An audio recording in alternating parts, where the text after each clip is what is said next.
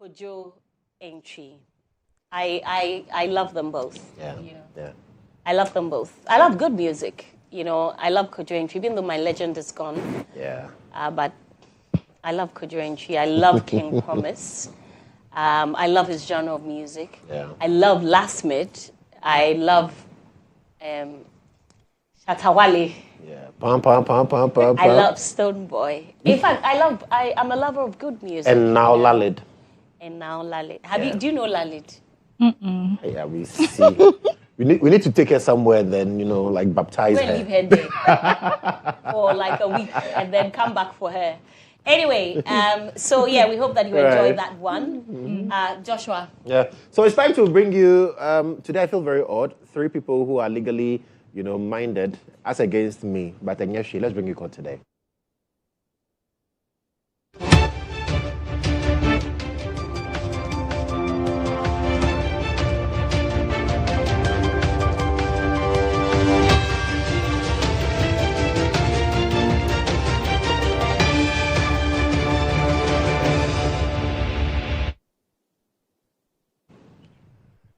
Mutala. All right, so it's a full house here. Finally, we've balanced the equation, and GHOne has joined us. But Serwaa said something about GHOne's shoe. He's wearing new shoe. New Willy. and it's like army green. So there's a green in Mutala's shoes as well. Yeah. I missed the member completely today. I like what the director has done. Took off the slack for us to see Mutala's shoes. Mutala, good morning, my brother. I see all of you. For what? Hey, yeah, she's nice. Oh. Thank you, Yeah. Serwaa. It's a Friday. Yeah. Mokowo, Mokonga, Meliano, Brahima. Yeah. I would say that so Mutala is called GHOne. Do you know? Why? I don't even know that. I'll say why. Oh, that's your name? Hey, is that why? That's your name? Yeah. Oh, okay. I always call him Mutala. Yeah, well, That's on this what show we call everybody him GHOne. GHOne. Yeah. Okay. Henceforth, GHOne. Good to have you. Today, I have an enhanced panel, right? Today, I'm facing the Supreme Court judges. And before the Supreme Court, 3 judges. Court of Appeal, maybe. Court of Appeal. Yeah, Yeah. the 3 wise men. 3 Yes. wise men. That's like Abua who said 3 amigos. Yeah. 3 friends. Right. Great to have you today being the Friday of today joining us. Great moment to have all of you here. And Right. Joshua, you are privileged, Yeah. Oh, Where you are seated. I'm enjoying. I would like to maintain that seat. When he sits here, what will happen? Where's the privilege? No, you have. But me, I'm used to this, because at home, everywhere, I'm used to this. So True. Yeah, He's the yeah. father of exactly. all girls. Oh, my bad. Hello. Hey, Musa says your tummy is coming, so watch it. Mensah. Okay, Mutala, please bring us court today. Mensah's wife. Mutala, tell us what is happening in court. Oh, Mutala, court today. Kodjo Mensah's wife. Oh, Please, Mutala. Oh, you should Serwaa, be good morning. concerned How are about you Joshua's doing? behavior. Mutala, what is happening in court? So, Serwaa mentioned Supreme Court at 150. Yesterday, we touched on it. Yesterday, a big event happened in Kumasi. And we'll come to what is happening this weekend, right? And all of you will have to be there. Serwaa already has booked her ticket. And she'll be there. I'm also on my way. Joshua, and then I will see the day. All of you should also be there. But Supreme Court director, let's have the videos and let me tell you what happened in Kumasi yesterday before under the tutelage of the Otumfuo or said to. So these are videos from Kumasi yesterday when the Supreme Court at 150 lecture hit Kumasi. And in fact, it was very interesting. The regional minister there, the Chief Justice, also the leading justices of the Supreme Court to attend this particular event. The persons who are Serwaa, Justice Senyor Jamefe, Justice Dennis Ejay. Yes, Dennis Ejay. Was that a Kabwafo? Unless I see the video again. That is her ladyship. Yes, Serwaa. Okay, that's not a Kabwafo, but I see the GBA president there. Yeah, Ifwagati. Yeah. In there. So it tells you that, yes, a lot of persons within the justice delivery system. I can see Justice Ernest Osudapa also at the backstage over there and all of that. So yesterday, Kumasi was very big. It was very massive. And the topic was about chieftaincy. Chieftaincy as an institution within the justice delivery system. Let's hear from Otumfuo Osei-Tutu on this subject.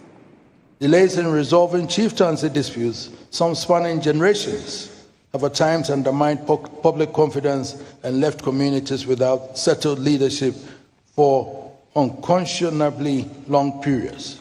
Some overlapping and occasionally uncertain jurisdictional lines between regular courts and the judicial committees continue to generate satellite litigation. These are not indictments of other institutions. They are the honest growing pains of two systems of authority still learning fully to speak one constitutional language. So that is Otumfuo Osei-Tutu the second, giving us some perspective about yesterday's events at the in Kumasi, I beg your pardon. But the Chief Justice, Paul Bafuboni, was there. Let's hear him.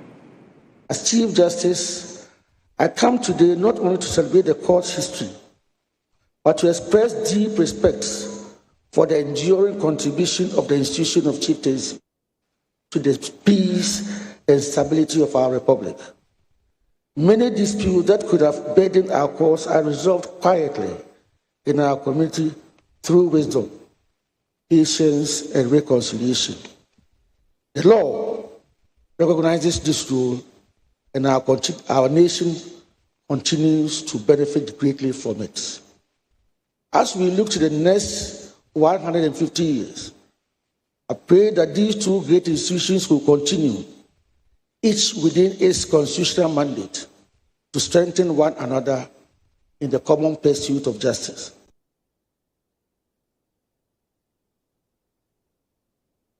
Chief Justice, that's the Chief Justice, Paul Bafuboni, also addressing the gathering there. But the landlord, who is the landlord in this context? I've given you the context of Otumfuo, I've given you the context of the Chief Justice. But let's hear from the Regional Minister, Dr. Frank.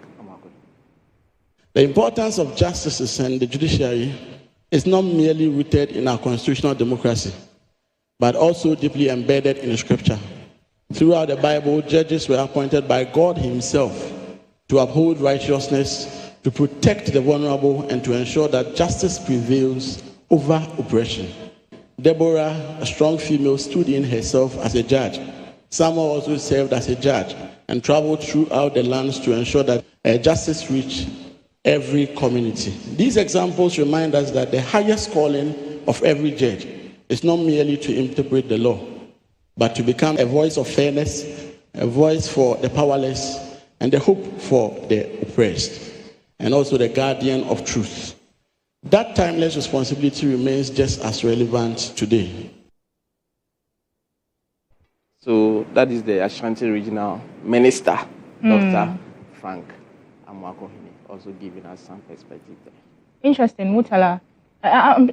We know that there was an update in the Bafa stock case yesterday. Yes. Run us through it. Hanan was in court yesterday together with the wife, Faiza Seidu.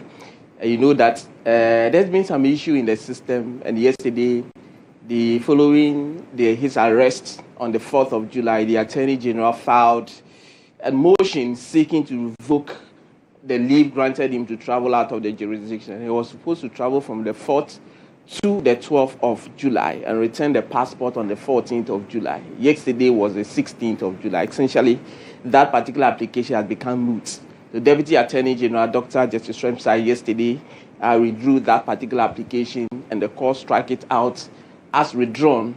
But lawyers for Hanan were not happy with the situation and were of the view that they wanted to make an application or argue, even though the application has become moot. And the judge was of the view that, look, an application that has become moot, I'm not taking anything in it. It is gone forever. So if you want to make some other argument or some other submissions, you know what to do. You need to file processes for the court to look at it and all of that. So yesterday, once that case was struck out, then it means there's nothing at all on the case for it to be dealt with, except to wait for 20th of July, where his lawyers were asked to move a motion to have the charges struck out. But moments after, we engaged the former Attorney General, Godfrey Dame, who is counsel for the former NAFCO CEO. At the time bill was granted to him, and also at the time this order for him to travel was granted, that after traveling, he should return the passport by 14 July. And that has not been done because Yoko arrested him and is keeping the passport. So if the court is not interested in ensuring a compliance with its own order for the passport to return to the court very soon, I do not mind. We'll not make any application at all to the court for any passport to release. It's up to the court. If the court doesn't want the passport to return again to the rest of the court, so be it. At the appropriate time, when there's a need for him to travel, we'll make an application to the court for him to travel. It's up to the court. The judge was concerned about the seizure of the passport by Yoko, and the judge failed to order Yoko to return the passport to the registry of the court in compliance with the court's own earlier orders. And if now the court is not concerned about the compliance of its own earlier orders, I don't have any problem. It's up to the court. I mean, they ought to know what to do and to do the right thing. The Republic must not be pleased all the time. It's about time the Republic be called to order. You cannot arrest a person and seize money which is on him. They've seized his money. I don't know whether they've spent the money, Yoko has spent the money or not. I mean, the money that was not taken out of the account that they claim was frozen. Clearly, the account that was frozen was not assessed because there was no check written by Hanan to withdraw any money. He borrowed money for his travel, about £7,000 and all, and they've seized it. They've seized it with Yoko, the executive director. So, Godfred Yebu Adame, who is counsel for the former NAFCO CEO, Hanan Abdul Wahab Ali Duba. So yesterday, he makes the point that he believes the court should have done something about it. But once the application has become moot, it struck out. Mutala, yesterday, another sad thing, a TikToker, content creator, I think, was jailed a year for certain things she said about the president. Do you have details on that? It depends on where you stand and how sad it becomes. Right. But of course, yes, she was arraigned on 2 counts. The first one, false communication. That one, the court believed that it doesn't have jurisdiction to deal with that one. So the court did not entertain that one at all. But the second account, which has to do with offensive conduct conducive to the breach of peace, she pleaded guilty willingly. She was convicted on her own plea. That was last week. And as per the requirements, when a female is convicted, the court will have to ensure that she's not pregnant. So the judge ordered for a pregnancy test. It came out to be negative. And therefore, yesterday, the circuit court imposed 1-year custodial sentence on her with a view that it should serve as a deterrent punishment or deterrent. It should be a deterrent to those who sit and have in mind of committing similar offenses. So Camila Al-Hassan, yesterday, she had 1 year custodial sentence for the charge of offensive conduct to the breach of peace. Okay. Namwan is also in court. Yes. How long has that case been for? So Namwan is back in court. This matter started in 2022, right? So we are in 2026. That's 4 years. Yes. Namwan is in court. And today, before Justice Sedina Kwadam, he's expected to resume the witness box. You know, he started at some point in time giving viva voce oral evidence. And from there, GHOne, in fact, he himself is representing GHOne as a company. Then Brew Marketing Consult is a third accused person. Is also being represented by his own counsel. So today, before Justice Sedina Kwadam, Namwan is expected in court to sit or to mount the witness box and continue giving evidence by way of defending himself in this case. Okay. And lastly, there's a murder case? Yes, attempted murder. So Pius Ayuma, this young man, we told you about the fact that it was once upon a time, the man that he was serving at some point in time had issues, and so they let him go. Allegedly, he was not happy with the situation, went back to try to take the life of his former boss and then the wife. So he's been arrested, facing charges. Prosecution has closed its case today. Justice Lydia Osema, for a Court of Appeal judge sitting with additional responsibility as a High Court judge, will make a ruling on submission of no case as to whether the prosecution has crossed the threshold for him to be called upon to open or to defend himself in relation to this particular matter. So that's what we do expect. So there was something that I left out about them. So director, take me back to the Supreme Court at 150 walk. And then I'll walk you through what is happening tomorrow exactly. So pause here. And this was what I was talking about earlier. So the outreach is here. It was supposed to happen last week. It didn't happen. But director, move on and let me show you something that all of us can be part of. So pause here for me. So you note that apart from the outreach, there's going to be a float. So they walk through town, create awareness, fitness, and all of that, and get the routes for that particular float. It's starting from the Supreme Court, through the Accra Sports Stadium, Ridge Roundabout, and then Holy Spirit Cathedral, Assembly Press, then ECG, then back to the Ghana School of Law, where the lawyers, the judges will be meeting, will be gathering, so that whatever questions that you have, you go there and then meet them. So that is the update in relation to the Supreme Court at 150. And director, there's another artwork that shows the lawyers who will be appearing. And I tell you what, Serwaa is featuring big time in the Justice Serwaa Sariboche, in the Justice. Director, let's look at the artwork before this one. It has that information that I have been talking about and all of that. So tomorrow, the place to be is Makola. And so I'll give us all the places that you have to. Yeah. So gentlemen and ladies, that'll be all for court today. Vero, Mutala, thank you so much for bringing us court today. And our guests are also getting ready for us. But before we move to them, today is the birthday of my papa in the Lord, my pastor. He's the lead pastor of Berea Believers Chapel Assemblies of God Church, Reverend Dr. Edmond Tete Otu. The 17th day of July is his birthday. So happy birthday to you. Also, for God bless you, grant you your heart desires, more oil, more grace, and for greater exploits. And he's also the regional coordinator for music and creative ministry for the Assemblies of God Church, Greater Accra East Region. So happy birthday to you, Osofo. So today, that's happy my pastor. Birthday. So Happy birthday. Joshua's pastor. Reverend Dr. Edmond Tete Otu.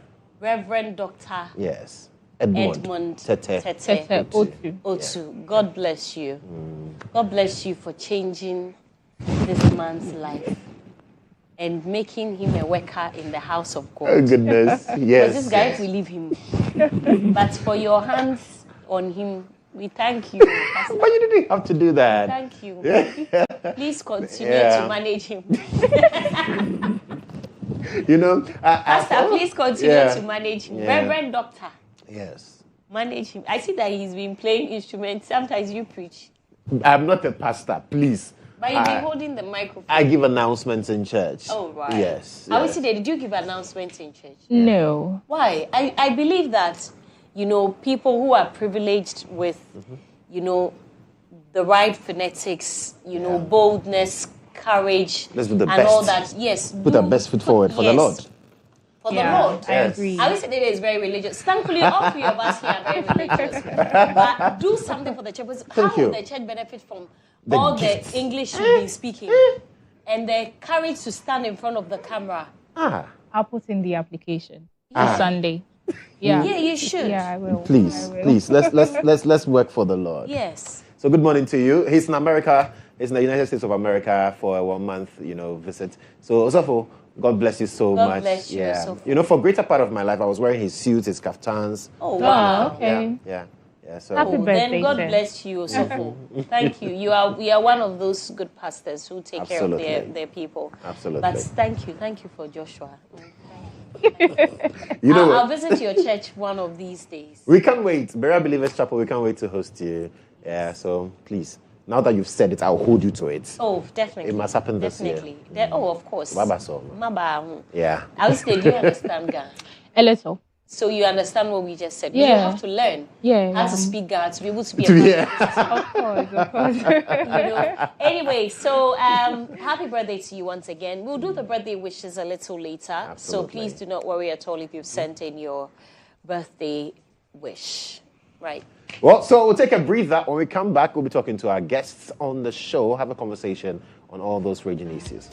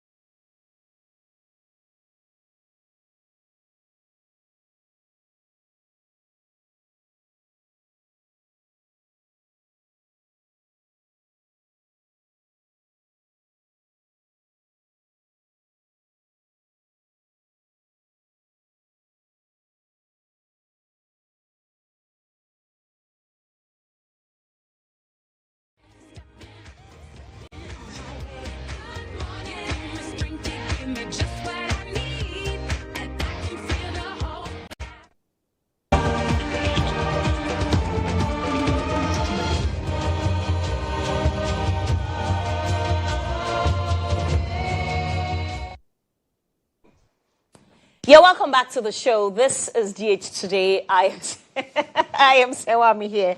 And I'm happy to have my brothers here with me and friends. What? And friends. Maybe that one will, maybe that one will be better small. This morning I have Ibrahim Al-Hassan. He is the producer for GH Today and also the head of current affairs at the EIB Network. He's also the organizing secretary for the Parliamentary Press Corps. Ibrahim, good morning. Good morning, sir. Good to see you. Ibrahim is my favorite journalist, by the way. Oh. He does no wrong in my life. Yes. Ibrahim is a nice guy. He's hardworking, very hardworking. He's a nice guy. Yeah. Yes. Thank you. I will do my house. It's okay. It's okay. He's what? He's owing me. Oh, yes. Yeah, I know that one. What? No, that You one. didn't bring me salami. Ibrahim gave me salami. Yes. If media pays well, by now he should be driving a G-Wagon. I tell you. Yeah. I've seen that this former GTV presenter has Moomin. He's written a book. He's not. He's a communication director. UDS. UDS. Investor of Development Studies. Yeah, he has left. Wow. If you want to make it, you have to leave. He's written a book on, newsroom payments, Oh. salaries. Have you seen it? No. I've not read the book yet. I haven't read the book, but I've seen... We can tell what's in the book. It's terrible. One day, we should have a conversation about, Yeah. the amount of money that journalists get paid. Yeah, I agree. Because journalists are some of the finest brains. Yeah. In fact, I know many journalists who are more intelligent than politicians. True. But they earn close to nothing. In fact, a lot of politicians fall on journalists to be able to even speak in parliament. That's true. You make them who they become. Yeah. Yes. But you will be... We write for them sometimes. You do everything for them. It's sad. If you're in the corporate world, working 10 years, 15 years, journalism was paid, you are at the managerial level. I would have been driving a Bentley. Of course, why not? Ferrari, many. But out there, people drive them. But we see, in our settings, we look up to people like you to motivate us. Thank you. Even to buy a jalopy is a problem. Let me say this, that, one of the reasons, when people ask you, if you say journalism doesn't pay, why are you still there? Yeah. I have been very privileged. I have gotten the perks of journalism. So the brand endorsement deals that I have signed, they are all because of my work as a journalism. They are all these brands got to know me because of this. So only few people get such opportunity. I agree. So I do not take it for granted at all. Like you. That's why at the end of every year and at every given opportunity, you give back. I bring all the brands together and give back. In no matter how little it is. But I also make sure it's not little. So but if not for this, like you said, it's just a few people who get this opportunity. If not, what would I have done? That is the problem. And I feel even more bad for men. Because men have so many responsibilities. You are taking care of your children. You are taking care of your wives. You are taking care of your girlfriends. Your family is looking up to you. Yes. Your mother is looking up to you. Your father is looking up to you. Your siblings and everybody thinks that. You are on TV, so you should have money. You are on TV. That is the word. Even want to work in the situation. It's a public figure. He's rolling with the big men in society and women. Yeah. So he's also part of the big people. So how do we fix this problem? In fact, at the personal level, we all have to become entrepreneurs. But you see, the two of them are entrepreneurs as well. But that is still not paying. No. You see? Our entrepreneurship is still within the same scope. No, but anyway, we need to plan and have we have that. There has to be some change. We need to have a serious conversation. Is it out there in a developed countries, if you are a journalist, you don't want to even work for any corporate organization. Right. Yeah. Because you are paid so well. Yeah. When Kumo was fired from CNN, he said the remaining contract with CNN for 3 years was worth $8 million. Yeah. Wow. His contract with CNN for 3 years. Yeah. And that he should be paid because he was wrongly fired. The CNN had to pay. Oh, yes. So somebody's 3 years salary for working for CNN is $8 million. Yeah. So how many people will earn $8 million? Not even many people at Wall Street bankers. The entire lifespan of all journalists in Ghana, if you accumulate how much they earn, not just from journalism, from everything, it won't be up to $8 million. Do you understand? The entire existence. Just how many all the journalists? There are many Wall Street bankers. They are worth. All their worth. It won't be up to $8 million. There are so many Wall Street bankers who don't make that $8 million. Yeah. So you realize that being a journalist in a certain jurisdiction, it's true that you will be rich. Yeah. But in our jurisdiction, it's like it's a crime to be a journalist because they feel it's easy. The point is that you actually risk your life. Because why? Your work is affecting the interests of so many people who will wish that you're no longer alive, so that you no longer come after them. Yeah. So despite all the risks you go through in this country, nothing works. But one of the biggest problems is that the economy is not working. Yeah. Because journalism, I always tell people, whether print or electronic or whatever, you earn about 90-95% of your revenue from advertisements. Yeah. So if the corporate world is telling that the economy is not working, so their profit margins are affected, and in every company, the first budget to be cut off is communications and advertisements. Even at the ministry. That's the first to be cut off. Yeah. So it makes it difficult for even media owners to make any money. A lot of people think that media owners are making money in this country. I say, no, you have no idea. Yeah. Media is to open their books. Even the owners we think are making money. Yeah. Truth of the matter is that they have other businesses where they are making money and they are rather investing the money into the media. Yeah. But because it's the media that we know and the one that we can associate with them, because we may not know their other businesses. Yeah. So we assume that all the money they are making is rather coming from the media. Me being in this job for over 20 years, I know very well that about 90% of all media owners rather are making money from elsewhere in order to keep the media house running. Because clearly, if you do that assessment, the person is not making anything because the commercials, the adverts, everything, when you calculate, you realize that barely nothing is coming to the media house. So sometimes we, the workers ourselves too, we sometimes think that it is our employers who have decided not to pay us well. But if you get the level some of us have gotten to in other people's company and we actually look at the books, and we see what comes in and what we spend, it's clear that for majority of media owners, they make money from elsewhere and then they invest in the media. And because we see them live they drive big cars, their children are doing well and they are living in good way, we assume that they are rather feeding on our work. Yeah. And therefore, they are cheating us. But the truth is that if they open any media house's books down, there may be only about, to be frank with you, I can see only about 5 or 6 media houses in Ghana who may even break even at the end of the year and make some small profit. The rest, it is huge losses. Hand to mouth. It's huge losses that everybody is recording. One day. Yeah, we definitely have to. But thank you. I just brought it up. Oh, yeah. You know, so let's move on. You know.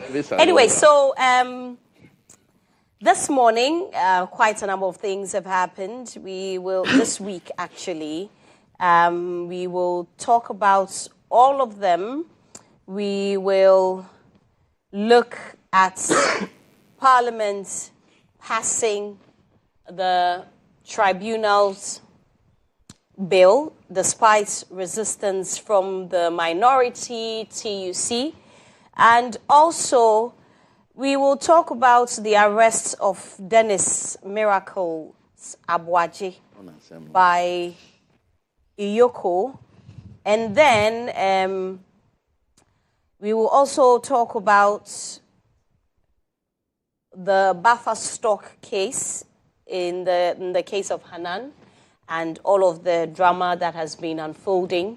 The AG was in court yesterday, and there was an earlier application for the court to revoke his what's the word I'm looking for? Permission to travel. Permission to travel. Yeah. But yesterday, the AG went to court to withdraw that application because the AG said that that permission was to last for a period of time, till about July 12 or so. 14. July 14. And, well, today is July 7. Well, yesterday was July 16. So there was probably no need to continue. It was moot. So there was no need to continue or even move that application when the period had elapsed. So we'll talk about that, and if there's time, we will also talk about some other issues. The Community Service Bill has also been passed this morning. Later on the show, there'll be a conversation with the press secretary of the Ministry of Interior to understand that bill, even before the president assents to it. And yesterday, was it yesterday or 2 days ago? Yesterday, there was a TikToker who was jailed for a year for insulting President John Dramani Mahama. To be very honest, I don't think that the president himself will be happy with that judgment. You know, looking at the kind of person President Mahama is. They should speak. I said, I don't think. That is my opinion. I am not saying that he's not happy. Why don't you stop the trial? Oh, no. The president cannot stop a trial. He can stop the issue. He can, but at what, you know, there should... Okay, you learn when we get there. When we get there. So, let's get into the matters because we will drag this issue. Right? Okay, in fact, let's start with that. Let's start with that. So, this TikToker... That's actually his lead story. Oh, is it? Okay, this TikToker, then I'll start with you. Please, today I'm going to time all of you. Great. Let's be very, very, very, very, on time because the issues are many. How many minutes are you giving me? So I also time. As for you, I'll give you 5. Yes. Okay. I'll add 2, so it will be 7. That's okay. Mr. Elvis Darko is the managing editor for the News Center newspaper. So a TikToker was jailed yesterday. She had made certain comments about President John Dramani Mahama, had said that about 32 cows was buried for President Mahama to be able to win the elections. And I've been looking forward to seeing the charge sheet on social media, but I haven't seen it. She pleaded guilty, and so she was convicted on her own plea, and she was sentenced to a year imprisonment. Elvis, I saw some lawyer speaking on. I saw social media. He had a lawyer. We don't know whether she had pleaded guilty before the lawyer came in or something. Yeah, we don't know that. You see, my position. Anybody who follows me on issue of speech knows my position. That I made it clear that the law is really, really, really intelligent. That is why it made 2 provisions. That some things should be treated as criminal and some things should be treated as civil. And as I've always said, I don't subscribe to insults.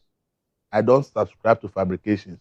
I don't subscribe to saying things that are not true. I'm a journalist, and the basic principle of journalism is verification. So I don't subscribe to things like that. But I hold the position that under no circumstances should anybody be tried as a criminal for speech. That is my point. It will never change. That for anybody to say something, whatever the person has said, no matter how unprintable it is, it should never qualify for criminal prosecution. That is why the law made provision for a civil prosecution under defamation. So if anybody feels that somebody has said something, and that thing that the person has said defames him or her, is supposed to go and sue the person at the court. The president can sue and can be sued. So if somebody has said something about the president, and the president feels that this thing defames me, the president has every right to ask his lawyers to sue the person or the person to provide proof in court. But the situation where we are using the criminal process to try people who have just said certain things because that is what they understand or whatever reason it is, they say things and they are arrested. I have been against it. I will forever be against it. Under the previous government, all those that were arrested for free speech violence, I said it can never be criminal and should never be criminalized. Some of us have been fighting this battle all this while. And most of the time, people will be like, oh, it's because you are a journalist. That is why you are scared of those things. But today, we have seen that you as an ordinary person who thinks that Elvis is against those things because he's a journalist, you are also in the same boat like me. Because if you look at the people who have been arrested under this particular government in the past 16 months that they have been in power, I think majority are not even journalists. They are social media influencers, people who go and make comments on social media. They are the ones who are being arrested left and right. So this application of criminalizing speech is not only for journalists or media practitioners. Now, it affects everybody. So we should all know that this colonial era rule, this slavery rule, which the slave masters used to silence us so that we can't speak against their ills. And after independence, politicians and power holders believe that they are still above the law and should not be criticized. So they will maintain this law, these obnoxious laws, to continue to deal with people who they don't like. It's unfortunate, but I don't think that those of us who are for slavery to get independence should be using colonial era laws that are meant to silence people from criticizing the colonial administration in a democratic regime. It's unfortunate. The criminal system is supposed to be dealing with people who are committing crime. People are being shot and killed anyhow. Robbery is everywhere. All kinds of crimes are going on. The police are unable to solve a lot of robbery cases. Instead of focusing on those things, they think that they have to please politicians by going around and arresting people who are criticizing politicians. It's a dangerous development. And as I've said, and I'll say it, if we don't fight this thing now and make sure that free speech is protected, when we are all moved onto the control grid of digitization, we will all be silenced. We will all be silenced. But that should not be a society. We are human beings. We all have our brains. We all have our understanding. We all have our perspectives on issues. We all hold certain beliefs strongly that others disagree with. We should not be punished for that. So for this lady's arrest, you may not be Camilla today, but tomorrow you may find yourself in that same situation. So nobody should see this as a Camilla problem. Everybody should see this as an attack on free speech. And as I've said here, the legacy term of President Mahama, one of the things he can never boast of is free speech. Because under his administration, we are seeing the worst attack on free speech. I said it here before. People disagree with me. The Media Foundation produced the data to show that just comparison between Akufo-Addo and Mahama in just less than 2 years, where Akufo-Addo was demonized as the one that is destroying free speech, within less than 1.5 years, compared to somebody's 8 years, more people have been arrested for free speech violation under this agreement than 8 years of Akufo-Addo. Well, I have just seen the charge sheets. Would you want me to read it out? Read it. I know what this is. You've no, seen I what not. Is there. Read it. Okay, count 1. False communication contrary to Section 76 of the Electronic Communications Act, 2008 Act 775. That Camilla, 43 years. That's where in the sorry. That's where the meet is. The Camilla. The yes, yes, the particulars of offense. Yes. In the year 2026, in the Greater Accra region, sent a false communication on TikTok to wit, President Mahama is, and please, I'm not the one saying it. President Mahama is an old fool, that God should kill him and his wife, Lodina Mahama, that the president had sexual intercourse with Ms. Bell. A statement which is false and misleading and likely to endanger the safety of the president. Count 2. Offensive conduct, contrary to, conducive to breaches of peace, contrary to Section 207 of the Criminal Offences Act, 1960 Act 29.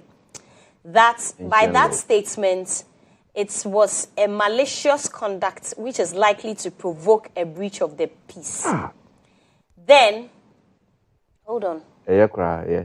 Oh, let me finish. Oh, you finish. Today we can spend the whole time talking about it. You read everything. So that no, we can I want to understand. I want our followers to follow. Yes. So read it very well. Yes. Then, okay, so it's just these 2 counts, really. Yes. So these 2 counts, yes. And she pleaded guilty. Yeah, they're pleading guilty. I don't even know how she pleaded guilty. Yes. I don't know how she pleaded guilty. I was really asking whether she had a lawyer. She has a presentation in court. So we are saying that if somebody says God should kill, not that she will kill. That Camilla didn't say she will kill the president. God. She is saying that God should kill the president. That is what you are read. right? Yes. So it's an offense to say God should kill somebody. That is what the court of Ghana is telling us now. That somebody's wish is that God should kill somebody. It is a criminal offense for you to wish that God, not that Camilla is saying, I will kill the president. For you to say that she has an intent to commit a crime. If Camilla has said, I will kill the president, okay, it's a different ballgame. But it says, God should kill the president. So now we have been told that you can't even have your own wishes if that is what you desire. I will not wish that for the president. I will not desire that. Yeah. But I don't see how somebody's wishes should be criminalized.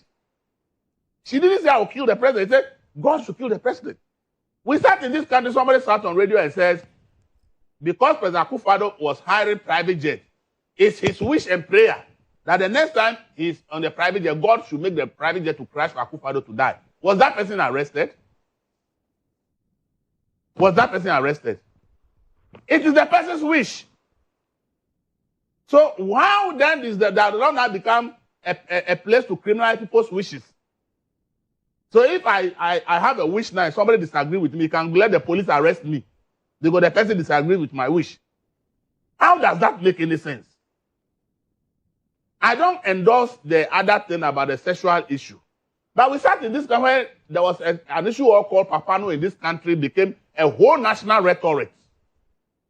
The president never responded. Nobody said anything.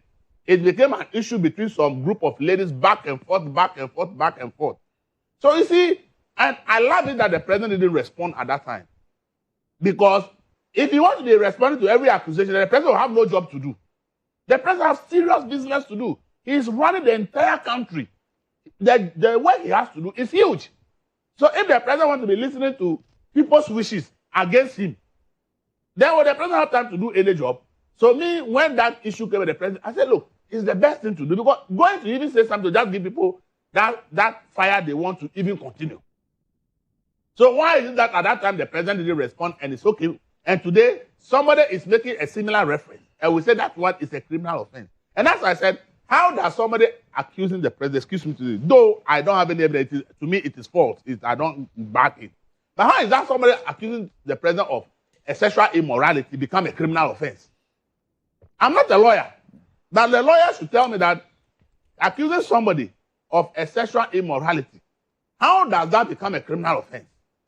And that is the way we should look at this. And as I've said, look, I don't subscribe to what the lady has said. If I will tell her what you have said is unacceptable and I don't agree with you. But the fact that I disagree with what you said does not mean that I will say that should be made a criminal offense.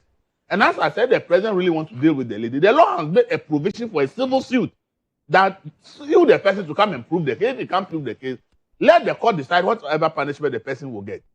And as we are speaking today, Larry Dogbo is appearing at the court again today and appeal for his conviction. If we don't stand up, and you think because today is Camilla, tomorrow it could be Elvis, tomorrow it could be Ivy, it could be anybody.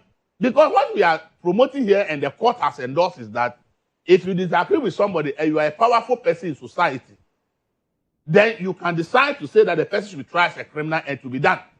This should never be the case. See, the law is meant to protect the vulnerable in society, not the powerful. But so when we are having a situation where the law is not protecting the powerful as against the vulnerable, we are all in danger. Because only few people are powerful. So if you are allowing all the few powerful people to use the law against the majority who are vulnerable, then we are creating a situation where one day can blow up in all of us our faces. Because if you get to a time, people will be fed up. And you will not know what people will do. And I can tell you, no matter what guns and whatever, if 1 million people pour on the street of Accra today that they demonstrated, no amount of police or military can control that. If 1 million people decide to demonstrate in Accra today, the police and the military and all the people, they will be helpless. They can't control 1 million people in a crowd. So when we are doing certain things, please, let's understand that the law is wise. That is why it says that these are criminal offenses. These offenses are not criminal. If you fail, go to civil suit. Let's practice that. But the situation we are seeing in this country is becoming very dangerous where something that is supposed to be a civil offense, all of a sudden, before you realize, it's converted into a criminal offense. And as I've said, I will never support any situation where somebody's speech will become criminalized. I pray to God, according to Camilla got to kill Mahama. It didn't say that she will kill Mahama. She said she's what got to kill Mahama. And then she gets arrested and convicted as a criminal. She makes an accusation of sexual immorality against the president. And then it becomes a criminal offense. If you are listening to me and you heard what has been read as the charges, and this lady has lost her freedom and will be in prison for 1 year for these offenses, if you are a Ghanaian, you should be scared. And as I've said, when security services begin to arrest people for free speech violation, I'm scared. Because it tells me that, or gives me the impression that, then the real work that they are supposed to do, they don't have a clue about it. And the only thing they have to go for petty offenses to create the impression as if they are working. But I think there are more important and dangerous issues that the security services should actually avert their attention to and leave people to express their opinions the way they want to express it. And then when anybody feels that I'm not happy, let the person go and sue the person for defamation and let the court decide defamation suit. And let's stop this criminalization and attempt to guard the vulnerable from speaking against the people in power. I will do. Serwaa. Yes. I'm scandalized this morning. The charges you just read. Look, you know, President... The police has actually just released a statement, and they are saying that, you know, they've secured a conviction against the lady on the... on the what? I think on the offensive... no, let me just read the statement. The morality issue. No. Let me just... on the president's life. Yes. Yeah. So they're saying that they will put her before the High Court. So she was convicted by the Circuit Court. Yes. But they are going to put her before the High Court on a separate charge of false communication. On what did you say that is false communication? That is which one? Based on what is the false? Under the Electronic Communications Act. So what did she say that is false? I can't answer that. It doesn't have the charge sheet yet for that. For that, this what I have is what I've given to you. They will never be there forever. That is one thing. Nothing is permanent. Change is permanent. You see, President Mahama is a member of the Ghana Journalists Association. And I'm scandalized that these things are happening under his presidency. Very terrible. And that is where I say that Akufo-Addo, President Akufo-Addo, once in government, was actually a saint. Look, it is only today that I know that the judge who sat on this matter can say that an individual can command God to act. An individual can take a microphone and command God to kill somebody. It is only this judge and under this administration. Very sad. Look, Elvis just mentioned one person who sat on radio and said the plane should crash and kill President Akufo-Addo. That guy was never arrested. Today, the guy is a media liaison officer at the Ministry of Food and Agriculture. President Akufo-Addo here, there was a demonstration by people in NDC, leading members who said, Eradi Kuma Akufo-Addo Maye. Kuma Akufo-Addo Maye was say, oh my, to read. God killed Akufo-Addo for us because he is destroying this country. All those people are appointees of Mahama's administration. President Akufo-Addo, there was no arrest of any of these people. When you say, people say that, oh, somebody was jailed under Akufo-Addo for this. I heard you this morning. Yeah. And that was a different matter. And the guy's arrest in the first place was wrong. Yes, but he was not jailed for insulting Akufo-Addo. He was jailed for contempt, 2 weeks for contempt of court. That one is not President Akufo-Addo's matter. It wasn't his matter. People also mention, what's the name? Apia Stadium. Apia Stadium, yes. Apia Stadium said things that I will not say on radio about President Akufo-Addo. He was brought all the way from Kumasi to Accra. When President Akufo-Addo heard it, he asked the police to release him because he wasn't interested. He wasn't interested. It was him, person, that Apia Stadium attacked. He wasn't interested. You remember those naughty school kids who insulted President Akufo-Addo, and they were suspended, and they were even going to be dismissed from school. President Akufo-Addo, when he heard it, actually reversed it and said that it is me as a person. I wasn't interested. And that was how the matter ended. That's why I'm saying that President Akufo-Addo, who actually championed the repeal of the criminal libel law, was actually acting to ensure that there was free speech in this country as a person. If you are a human being or an individual, it tells that somebody has attacked you personally. What you do, there are remedies that you take. He mentioned it, civil suits. You take the matter to court. I remember when Abronye said things about President Mahama. Abronye was arrested. And when the matter came, eventually I read the president actually wrote a letter. He sent a letter or a petition to police or Shiraj, and the matter is being investigated. If the president felt that these matters were injurious to his reputation, he has the civil suit to pursue. So these police officers who are doing this, I am saying that if the president was minded on these matters, he would have intervened like President Akufo-Addo did. Are we saying the handlers of president did not know that this matter was being tried in court? Are we saying that nobody in government knew this matter was, and that this matter should be brought to the attention of the president? Now you say that the president, the lady said, God should kill President Mahama, and that is it. So God will grant the wish of this lady.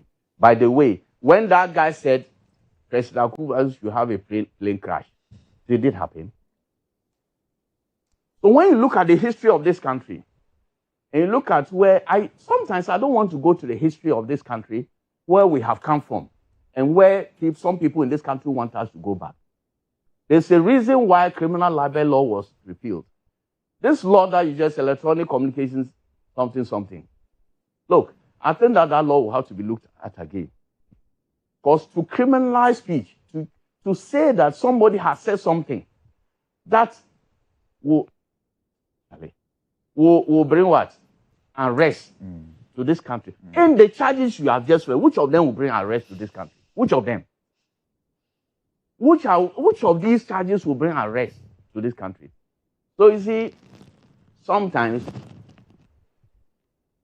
I say that leadership is very important in these matters.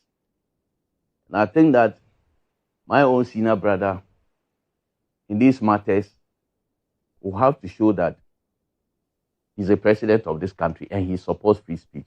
What is happening now doesn't show that he actually supports free speech, even as a member of Ghana Journalists Association.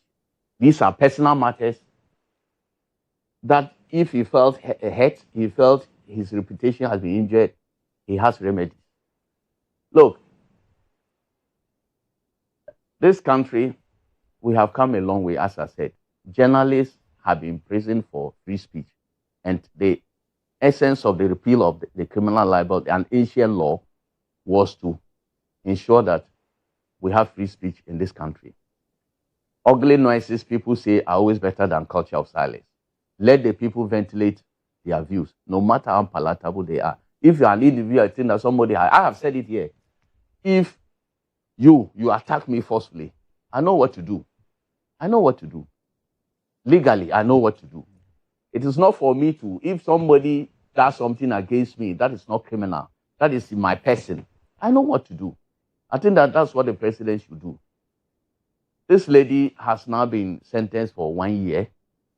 I hear people say that the sentence is actually up to 3 years, but the judge, the maximum is 3 years, but the judge gave 1 year. 1 year for free speech. I think this morning, I actually like Elvis's headline, that free speech on trial.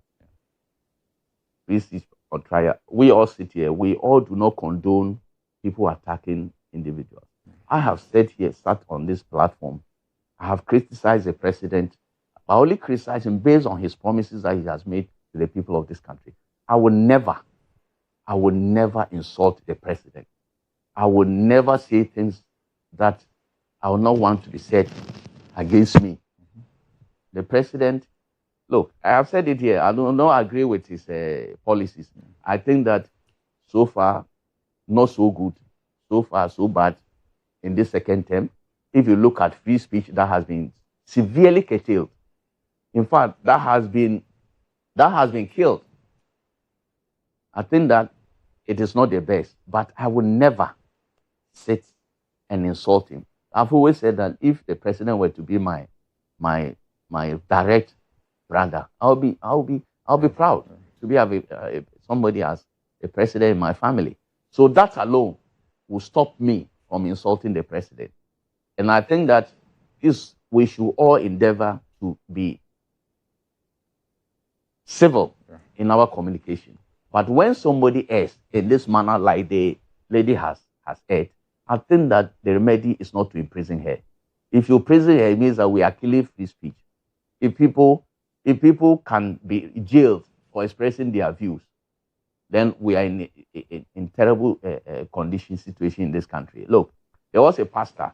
I think that they did not put that charge in the charge sheet about her saying that President Mahama buried 32 cows to win elections. You didn't hear a pastor saying that. Somebody who claimed to be a pastor. To the High Court. A pastor who said that he is a pastor. But I didn't mention President Mahama. He said he buried for NDC. NDC to and win. That Asidun Ketia is aware. The gentleman didn't actually mention President Mahama. Okay. But he did it on behalf of NDC. Okay. But then the person who knows what he did, is Asidun Ketia. Okay. So he didn't mention the president. Okay, that's the difference. That's fine. But the beneficiary is the president. Okay. He benefited for the burying of.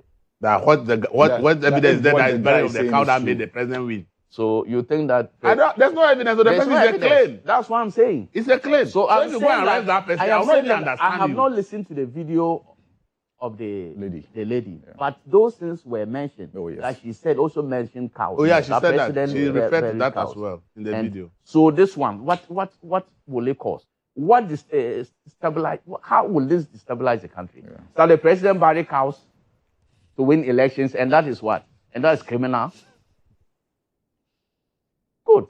Look, I think that sometimes I don't want to go back to the history of this country. The history, a little bit of it, because this party that is in government has a history. And I don't want to go there. But what is happening today will let people relive. People will relive that era. I think we should not go there. All right. It's a democratic society. The Constitution has actually guaranteed free speech. Constitution has guaranteed speech. If you think that your reputation has been injured, you have a remedy. Well, speaking of the Constitution guaranteeing free speech, the police... But with responsibility. Exactly. So the police said that very clearly in their statement that the Ghana Police Service... Who signed that statement? Richmond Mensah, Deputy Superintendent of Police for Staff Officer of the Public Affairs Division.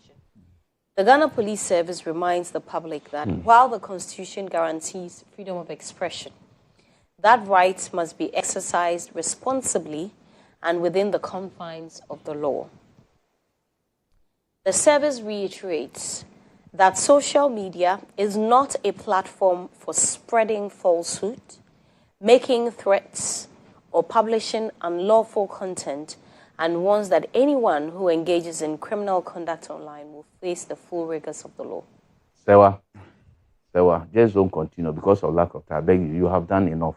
You have done so well with this statement. You remember one guy called Kevin Taylor? Kevin Taylor. They are talking of social media. What he does, where does he do those things? This guy, criminals, even judges, criminals, everybody in this country, was given VIP treatment. It is the same police that guided him to Supreme Court to have his liberty. So they should not spare out this rubbish. All right. Yes. So, Serwaa. Yes. Maybe I'll be arrested after this program. No, you won't be arrested. We can guarantee you. Oh, you can be arrested. Whatever it says, somebody decides to get arrested. So me, I'm not everybody. Anybody can arrest me, but I'll say my mind. It is complete nobody here will be what they arrested. have just written. Nobody here will be arrested. But here's the thing. See, the lady crossed the line. Yes, she did. And I'm talking about Camilla. But on this platform, this is not the first time we are discussing something similar to this. There was a lady called Serwaa, who actually, in my opinion, I felt threatened the life of the president. She actually asked for harm to be visited on the president. And as I here and said that, I supported her arrest. I can't say same about this lady. This lady offered a prayer. The prayer is despicable. I don't like the prayer. God will not even answer the prayer. God will not answer such silly prayers, right? Because Camilla is one. There are other over 34 million Ghanaians who are actually praying for the president to get longer life. Yes.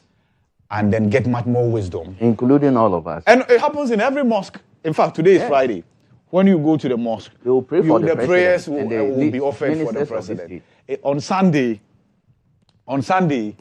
churches do same. On Saturday, similar things happen. Now, the statement from the police you read has put matters into proper context. It means this prosecution was actually led by the police. Because the arrest was conducted by the police, the prosecution was led by the police. Well, if the AG had no hand in this, I think the AG should now be paying more attention to what the police are doing in the name of policing social media and also ensuring that people exercise their free speeches responsibly. Right. Now, does this lady need to be punished? Yes, I think to some extent, yes. But does the punishment have to be a custodial sentence? No. Obviously, no. The threats you reference, if it had been a direct threat from her or calling on somebody to harm the president, I won't sit here and argue the way I'm arguing. Yeah. But the point I'm making is that I actually watched a set of a video. She equally mistakenly references what the said man of God said. Okay.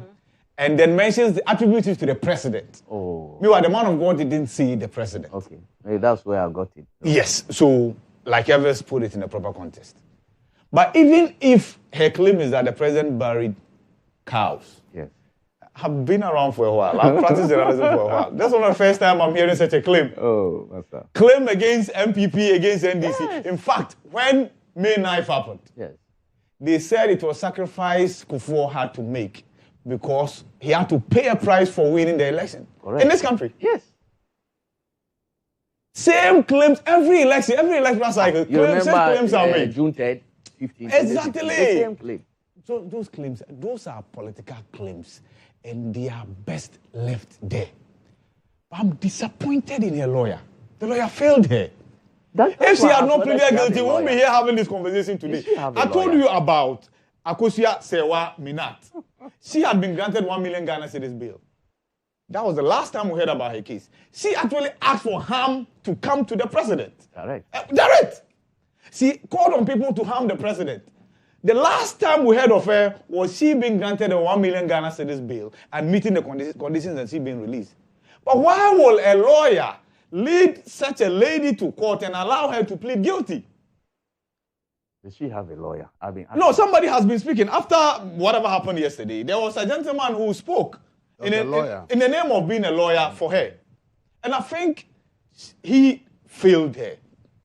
Now, I won't be surprised if the president intervenes in this regard. And there are many people who are calling on the president to intervene. He shouldn't intervene to free her. He should. Yes. I won't be surprised because, see, I will not want to step out of Ghana one day or be part of an engagement. And the reference is made that at a certain point in time, an individual was sent to jail for 1 year for, first of all, saying that cows were buried. The president engaged in immoral acts. See, there are people who are watching us now who will be living and saying that. She said much more. The police did not go to the court with the much more you are talking about. Serwaa read the charges. That's what went to court. That was what went to court. So the much more you are talking about, until that one goes to court, we can't relate to that. What we've related to is the threat the police people are talking about. And if the threat is that he says God should kill the president, it's a silly prayer. It's condemnable, and we condemn it. Yes, we ask people to be much more responsible in the usage of social media. There's another trend of, and it's very easy that you could be sucked in. You make such silly comments, on TikTok especially. And then when the security setup comes for you, you become very popular, and overnight, you become the toast of politicians. It's a terrible trend that I think we must curtail. As your freedom has been curtailed, no politician will go to jail with you. We are here advocating that you get your freedom, yes, and hopefully you do. But this should serve as a lesson to everybody. See, there are people who are very critical of putting in power. But don't move away from just being critical to hurling insults and then also threatening people. So, yes, the lesson that the police people want to send, I'm not sure, and the judge also mentioned it. The judge mentioned that, yes, the maximum sentence could have been 3 years. But even the 1 year is to ensure that that trend of every Tom, Dick, and Harry placing the phone in front of them, putting on the camera, and in the name of social media, hurling insults and pouring out vitriol is not encouraged. At the point, the Media Foundation West Africa was doing something that was quite effective, and that's naming and shaming. This lady could have been bonded. A fine could have been placed on her, right? Like I said, she ought to have been punished. But to me, the punishment ought not to have been sending her to jail. In fact, we have just passed the community service bill. And that is to ensure that we decongest our prisons. If our judges are beginning to send people to jail because of words they use, and mind you, I'm not saying that words cannot send you to jail. Words can send you to jail. Because if you threaten somebody's life with your words, that will not be treated as a misdemeanor. Right? That will be treated as a felony, and you can actually go to jail. But worse, as we are dealing with now, cows being buried, president was immoral. God should kill him. God should kill the president. When God will not even listen to her. That's the point. You see, but first of all, we are not saying offer said prayers. We are not saying offer said prayers publicly. It will be silliness on your part. It will be foolhardy on your part to offer said prayers publicly. Right? See, but then again, the overzealousness sometimes on the part of the police, on the part of some members of the judiciary, because sometimes somebody says somewhere and feels like I'm doing the president a favor. No, you're not. You're not. All right, let's take a break. When we return, we will continue with the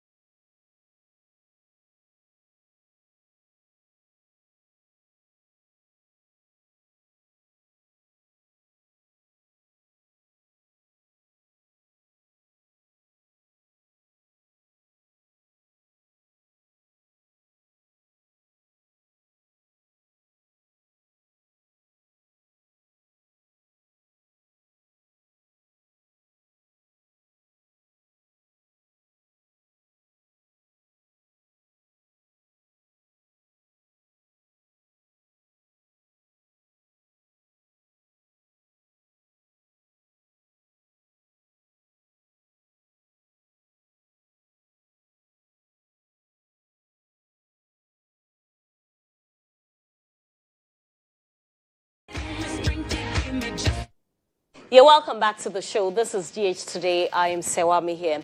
I'm here with my colleague journalist Ibrahim Alhassa, Audu Mahama, and Elvis Dako.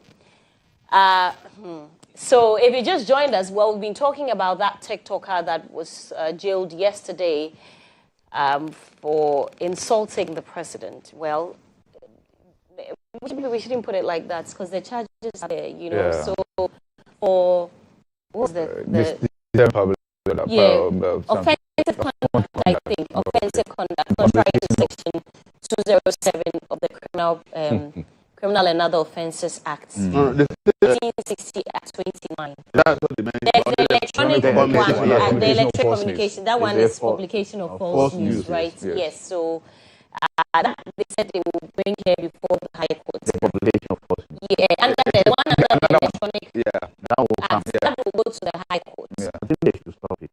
Well, I'm giving my viewers information. The police, according to the police statement, yesterday they secured a conviction. The convict said that she was pregnant, and so the sentencing was deferred. But after medical examination, she was not pregnant. She was found not to be pregnant. So she was then sentenced to a year. The issue is not the insult. You know, per se, the issue we are looking at or discussing is whether, according to Mr. Dako's headline, whether free speech is on trial. You know, and I have seen supporters of the NPP sort of rally behind or ask for the release of this TikToker, and the NPP as a party has been screaming that free speech is under attack under this government. They even cite, and that will take me to my next topic. You don't believe it? They cite the arrest of Miracles as another attempt to gag him because he's a critic of the government. And they list many other names. They talk about Abronye DC, they talk about many other people whose names I don't remember, but they have some. There's some name. Fancy comedy. Amando, Baba Amando. There's another guy, the fat guy. Baba Amando. That's Baba Amando. Okay. The Bono communication. Yes, and a few other people. So, you know, the arrest of Dennis Miracles Abuaji. He said that he was arrested shortly after he announced his interest to be the party's or contest for the party's communications office. He was arrested. According to NPP communicators, they didn't know his whereabouts. They didn't know where he had been taken to. They found out the next day because they went to the BNI. It's BNI, right? It's BNI now. Okay. They went to the BNI.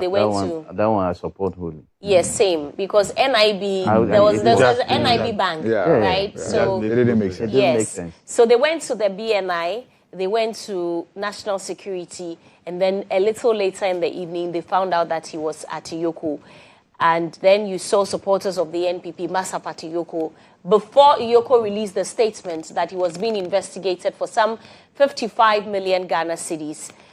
For misappropriation of that money while he was the executive secretary of the Interministerial Committee for Decentralization, right? Yeah. And, Miracles is out, and he says that during his entire time at Iyoko, during his interrogation, no question about that 55 million cedis was asked.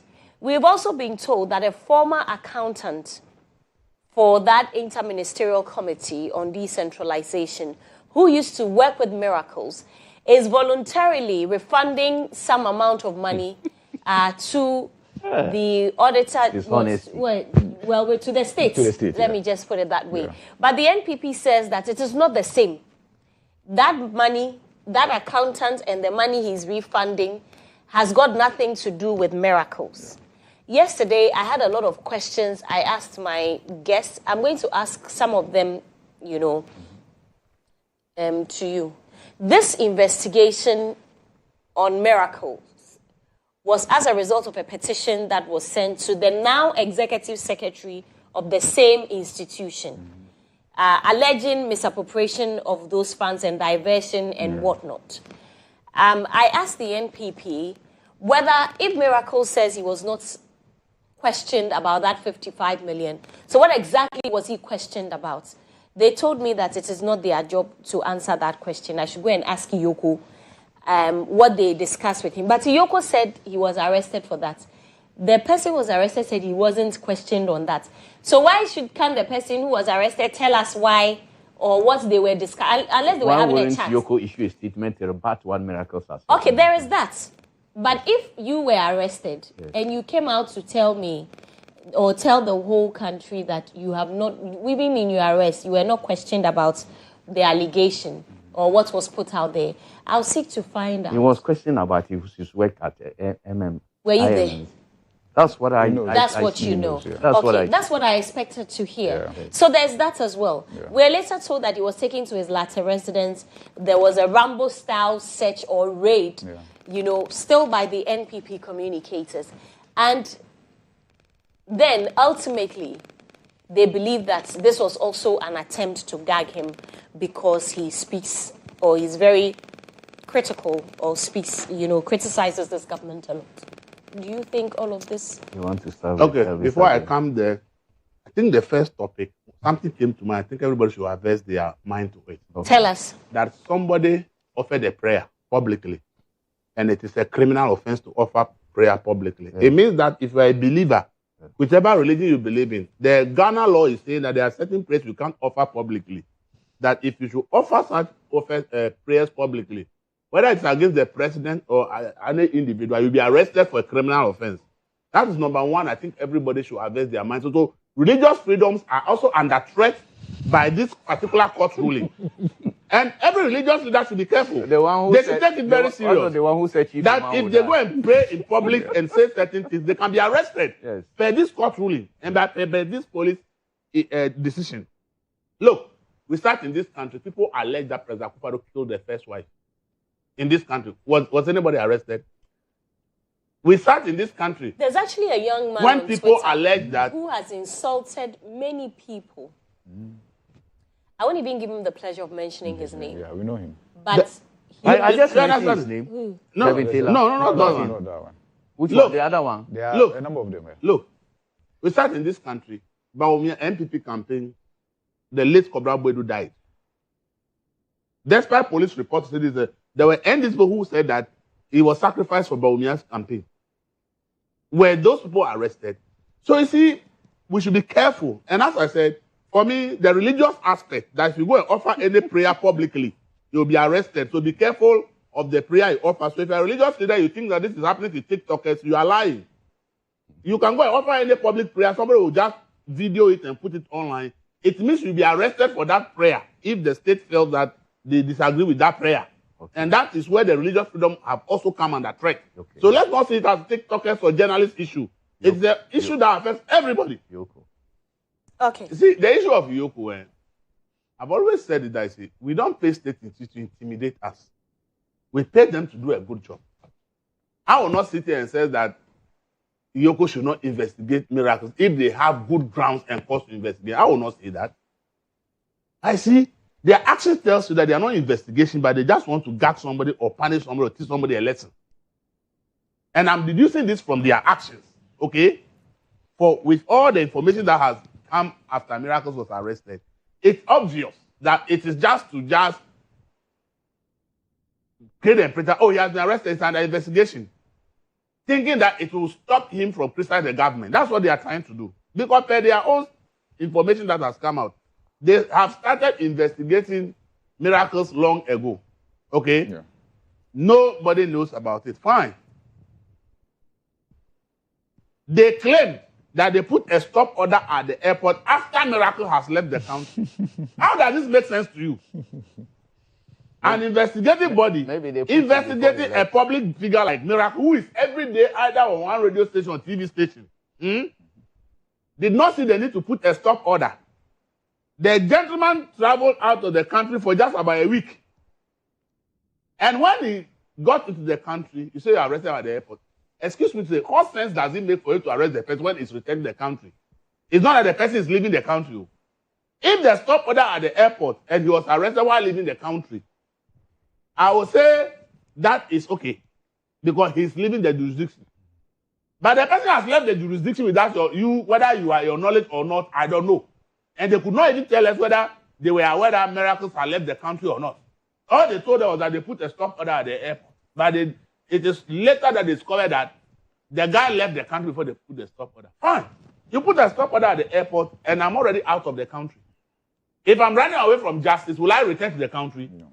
Why will I return to the country if I'm running out for justice? And the person is return to the country, then you go and bogart at the airport and say you are under arrest.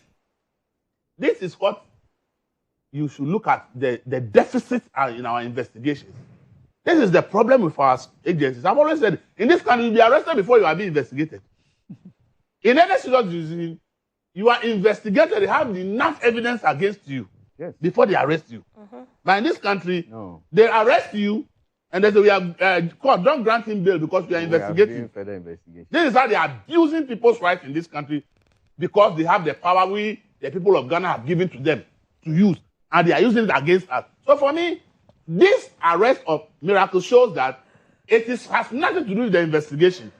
The arrest is only to put him to public shame, to say that, oh, he's one of the people who are being investigated, so that they will create that credibility deficit for him that, you cry that is criticizing the government, you cry you're under arrest, you are under investigation. That is all the intent. So it's a politically motivated arrest. It's not an investigation-related arrest. Because I see no sense in arresting somebody who is returning to the country. And has been cooperating. And has been with you. Been and according to information, his lawyers have even been asking you that you said you were going to invite us again. When are we going to be invited? There was no response from Yoko. And the gentleman, you've not told him that he can't travel. You didn't seize his passport. You didn't make him aware that because of the investigation, he can't travel out of the country. You didn't tell him anything. And he decided, I have some trip to go for 1 week and come back. I'm not running away from this country. I have a work to do. I want my party to come back to pass, so I have work to do. And the gentleman travels out of the country. He's coming back. Then you arrest him at the airport. Somebody who everybody knows that you can find Miracles on one radio station or one TV station every day of the week. How do you go and arrest him at the airport and tell me that it is for investigation? It is clear that this arrest of Miracle has nothing to do with the investigation. The plot is that this guy is criticizing the government too much. Let's create credibility deficit for him. Let's make the public aware that he's been arrested, detained. Let's make the public aware that, the investigation is around some big money. That is what they want to do. The house they took him to, did they find out which year the house was built? The house they put on social media everywhere. Did they find out when the house was it built when he was at the IMC? Or he built that house even before getting that position? And if the investigation has related to the IMC, and he's built that house long before he occupied the position of the IMC, what has the house got to do with the investigation? If you are doing proper investigations, and you are able to establish, this guy finished this house long ago before he even was appointed to that office. So if there's money about investigation about money, even crime about that office, it will have nothing to do with that property. So what is this whole thing? Then they put the pictures, his house on social media as if to create the impression that he stole the money to build that house. So that that image will be the public. Hey, how can Miracle build this big house? Miracles, Bolare interview said at the University of Ghana, it's when he started business. Once a student, was when he started. And when he mentioned the big companies he was working for, even us at that time, I was shocked. Miracles. Yeah. I was shocked. Big companies that he was doing branding and things for at that time. So if somebody has built a house long before he got a public office appointment and the investigation of that public office, how then do you want to put his house all over the social media to create that impression in the mind that, there may be part of the money he stole is what is used to build the house? So clearly, it has nothing to do with the investigation. This is why we don't get results from investigations. Because institutions are more interested in shaming people, trying to create the impression that somebody is corrupt, but they don't have the evidence to back it. You claim that you are investigating over 55 million. The gentleman has come out and has told the whole world that when I came there, nobody asked me any question about 55 million. Why has Yoko been quiet? If it's a petition, the Yoko should publish the petition so that all of us know what is the petition. They should publish the petition. If you say it is not your own investigation, somebody petition you to investigate, let us know what's in the petition. Because the accountant that they are bringing in, the accountant has nothing to do with this issue. The forensic audit that was done clearly established that accountant did something that are against what he's supposed to be doing as an accountant. And you have investigated whatever deal you have with the person to refund the money you said you have, and the guy has started refunding. How has the forensic audit mentioned miracles anywhere? The answer is no. That is why now you are telling us that miracles investigation has nothing to do with the forensic audit by a petition. But it is the forensic audit that mentioned the 55 million. So why are you saying that you are investigating miracles over 55 million? Because the same 55 million they are talking about relates to the forensic audit. But in the forensic audit, miracles was not mentioned in the forensic audit. You are investigating miracles based on a petition but not forensic audit. But you are telling the public that his investigation has something to do with what a forensic audit has found. How are they related when his name has not been mentioned in the forensic audit report? So clearly, this investigation by Yoko, as I'm saying, because of the way they acted, their actions are what I'm using to say that it has nothing to do with investigation. It is for public shame. All right, I will do. Serwaa? Yes. I think this arrest, as he said, politically motivated with a ostensibly to gag miracles. But that has failed. This gagging order they wanted to place on him has failed spectacularly. Look, Miracles is one person who has subjected this government to diligent scrutiny. He was the first person who started the issue about this government failing cocoa farmers through his People's Forum. He was the first person who said that this government said they were going to reduce electricity tariffs, water tariffs, but this government increased. He was the first person to do this through his People's Forum. So the exposure that he has brought is what has brought this. There's nothing. Look, we all sit here, we have said that if anybody has done something wrong, has stolen our money, it is for the state to retrieve that money for us. But there are processes in which the state can retrieve those monies. The objective of Miracles' arrest is to put him in public and do things that NDC supporters on social media will say that you have no credibility. And that's what they are currently doing. They jumble everything and put it out there with a statement that Yoko issue did not make sense to me. But that's not what they intended doing. What they intended doing was to expose Miracles to public ridicule. So that anytime he speaks, they'll say that you have no credibility. Go to social media and see what NDC people are writing. This house that they went and inspected, that they have put it. We have some of our colleagues who have put it on social media and they are asking whether, and they are even rating cocoa farmers are suffering. What is the import? Our colleagues who are affiliated to the National Democratic Congress have put these things there. Why? It's Miracles' responsibility to pay cocoa farmers. Has he stolen any money to build that house? Where is the evidence? Has he stolen money meant for cocoa farmers? For cocoa farmers. So why will you put it there that cocoa farmers are suffering? What's the relationship? It tells you that what Miracles is doing is actually hurting this government. And that's why they did this. This is what they have done. But this is shambolic. It has failed spectacularly. Miracles will speak. He will bring out the ills of this government from today and forever. Look, I've always said that Yoko, they issued this statement. I said this statement doesn't make sense to me because, look, if you look at that statement, they actually said they placed a stop list a week ago before he traveled. Does it make sense to you? That he put a stop list. When you put a stop list, don't you say take all the information to immigration at the airport? So that stop list was placed on him. He was able to leave this country. When he was rather returning, then you arrest him. Anything that the statement makes sense to me. Complete rubbish. Look, I have said that because there's lack of time, there's so much to say on this matter. But you see,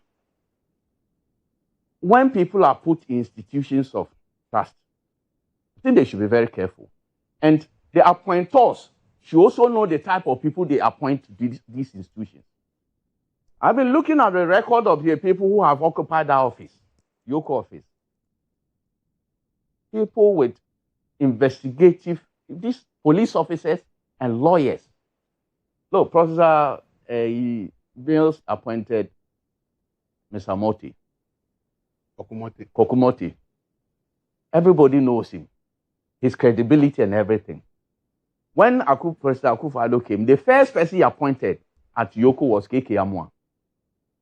KK Amwa, an ACP, retired ACP, and also a lawyer. He was in that office. When he left, COP Edupoku, a retired commissioner of police, also a lawyer, was in that office. The latest one, the last one, was COP Mami Tiwa. These are police officers, senior police officers who know investigations, how investigations are done, and lawyers. You don't bring people who say that they are investigative journalists, they have done something, and they occupy there, they want to pursue personal vendetta.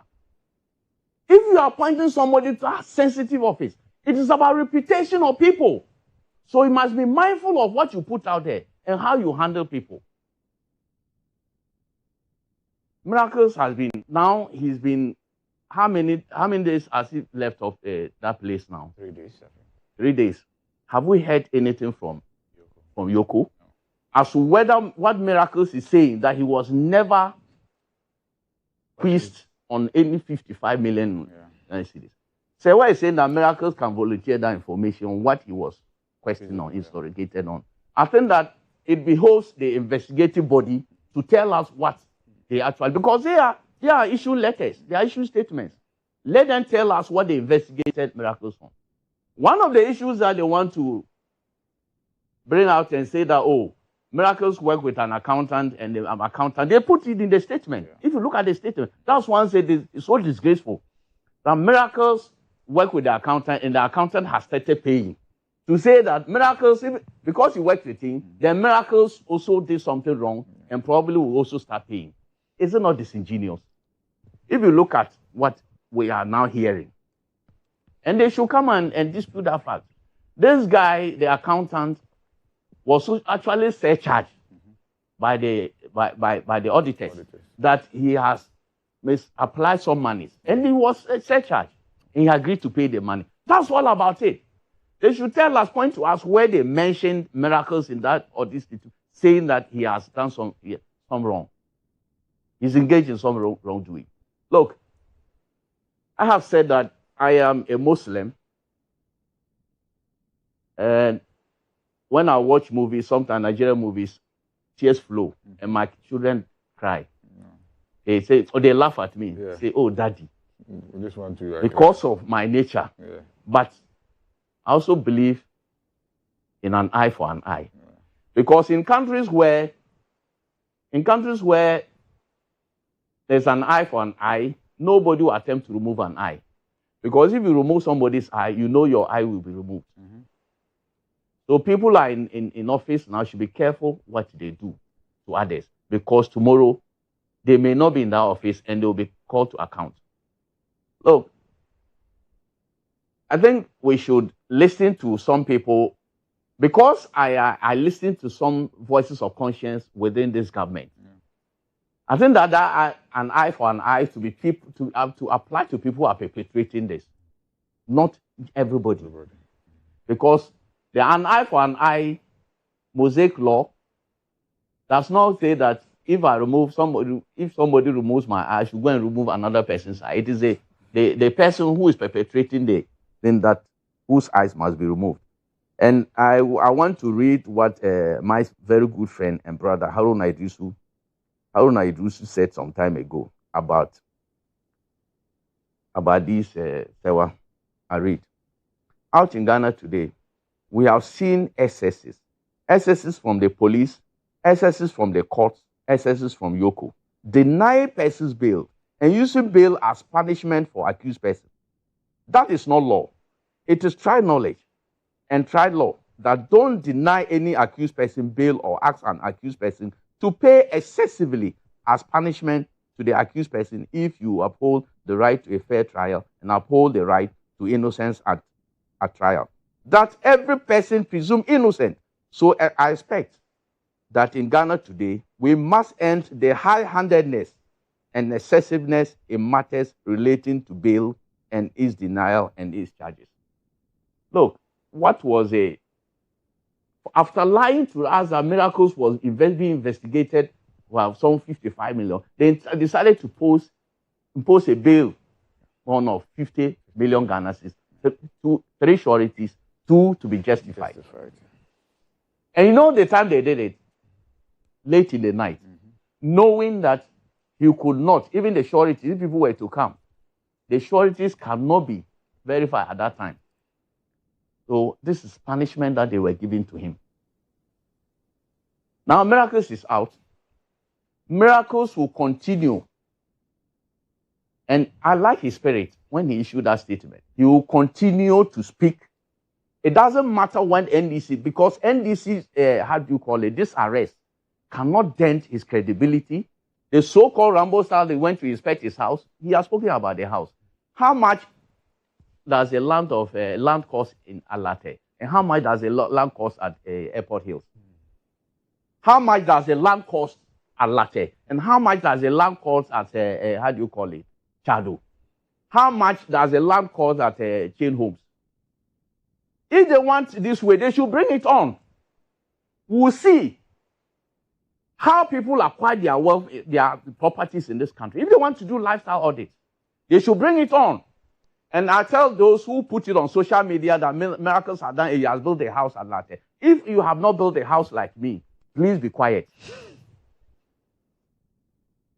I'm now struggling too. It's okay. Please be quiet. If you want to do, you don't know how much or what somebody does in his life to put up property, to get property. You don't know. But if you want one lifestyle audit, they should bring it on. So I tell all those people, NDC guys on social media who are trying to say that Miracles probably stole money to build his house at Latte. I am telling you that don't go there. If you go there, you will be in trouble. Your people will be in trouble. This is a note. This is a promise. It is not a warning. I am saying that they don't know what we know. Be careful. You can be arrested for your prayer. That's what I'm saying. After this program, may be arrested. I am saying that they should not go there. Miracles, there's no evidence that Miracles has stolen any money to build that house. So they should just stop that rubbish on social media. Miracles has built his house. We all want to live in mansions, and God will help us build those mansions. If you think that for going there with Rambo style to go and ransack, put the thing on social media, and then now you think that he has stolen money. Point to where he has stolen money to build that house. And I will conclude by saying that, look, sometimes it is good to act as a human being. We cannot live in a democracy with animalistic tendencies. That is not democracy. If you behave in a manner that is animalistic in a democratic society, you are classified as an outcast. And that's what we should avoid. And I also conclude again by saying that Miracles is very strong. He will communicate the way he's been communicating. In fact, he will intensify his communication. He will represent, he will be the mouthpiece of MPP.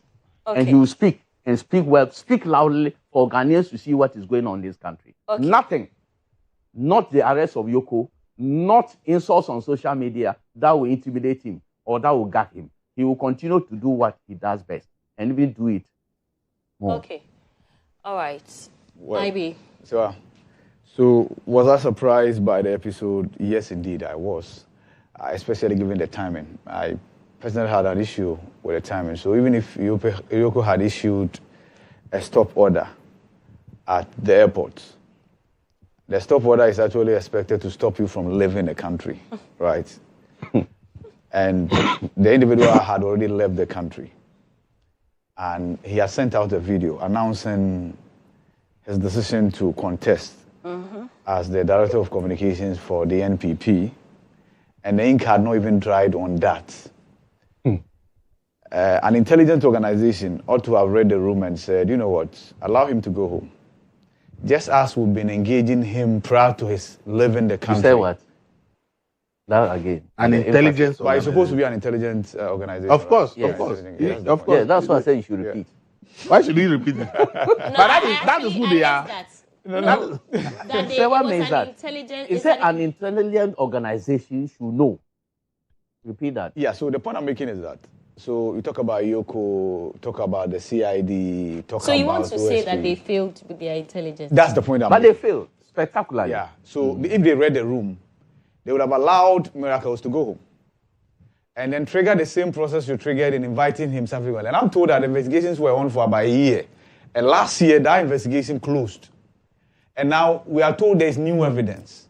So the same process you use in reaching him, right? The same process you use in reaching him, trigger the same process.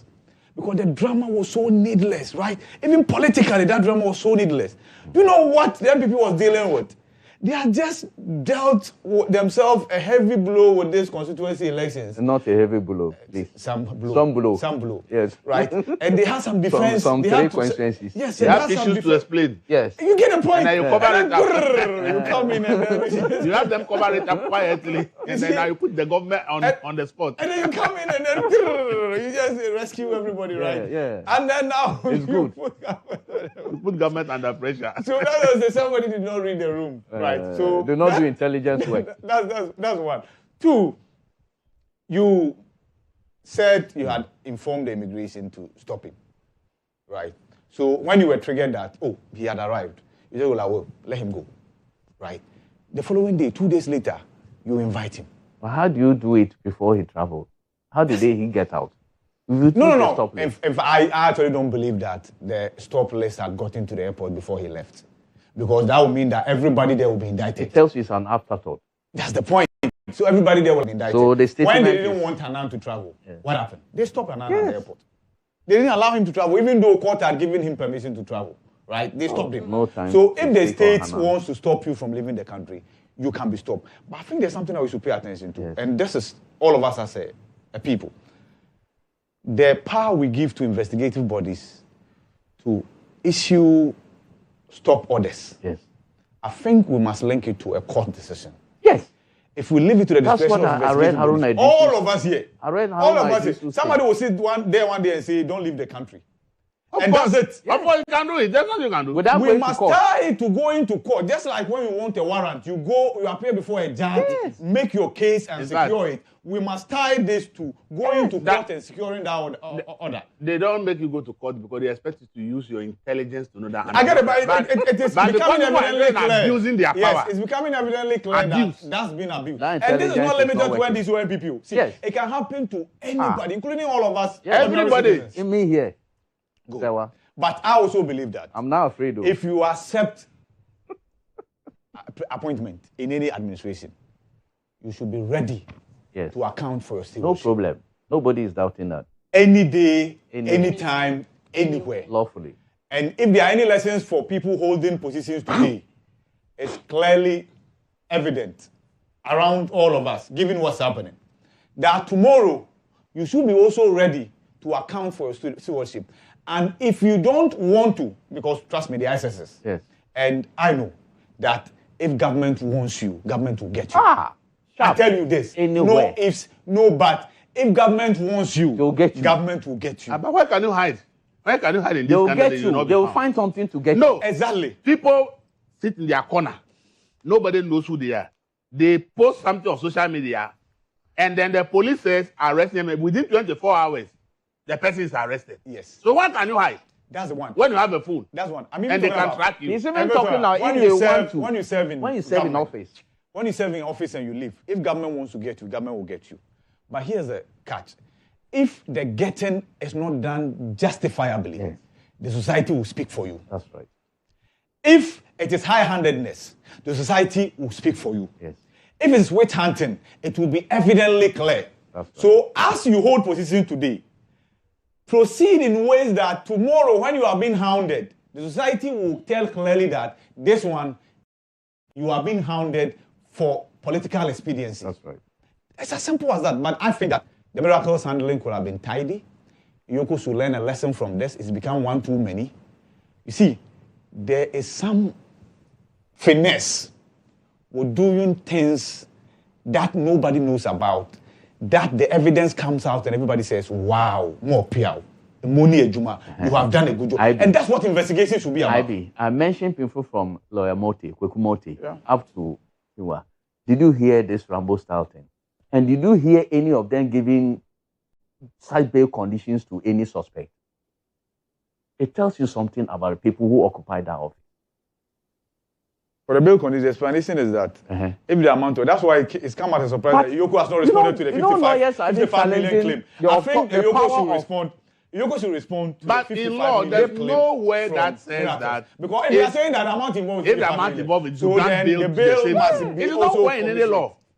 Yes, but it's only people using their discretion.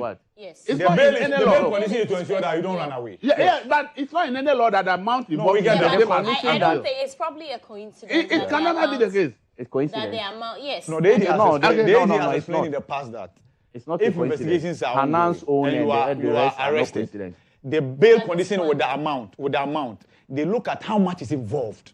So if you jump the bail, so how much can the state recover? What is the essence of bail? Law. That you should not run away, right? Yeah. That's why I'm supposed to produce surety. But that's why I'm supposed to produce surety. Surety to make sure that the people are mentioned. The people are mentioned under Akufo-Addo, all the things. You know, one of the issues they investigated was the Segleme housing project. They caught $200 million. Yeah.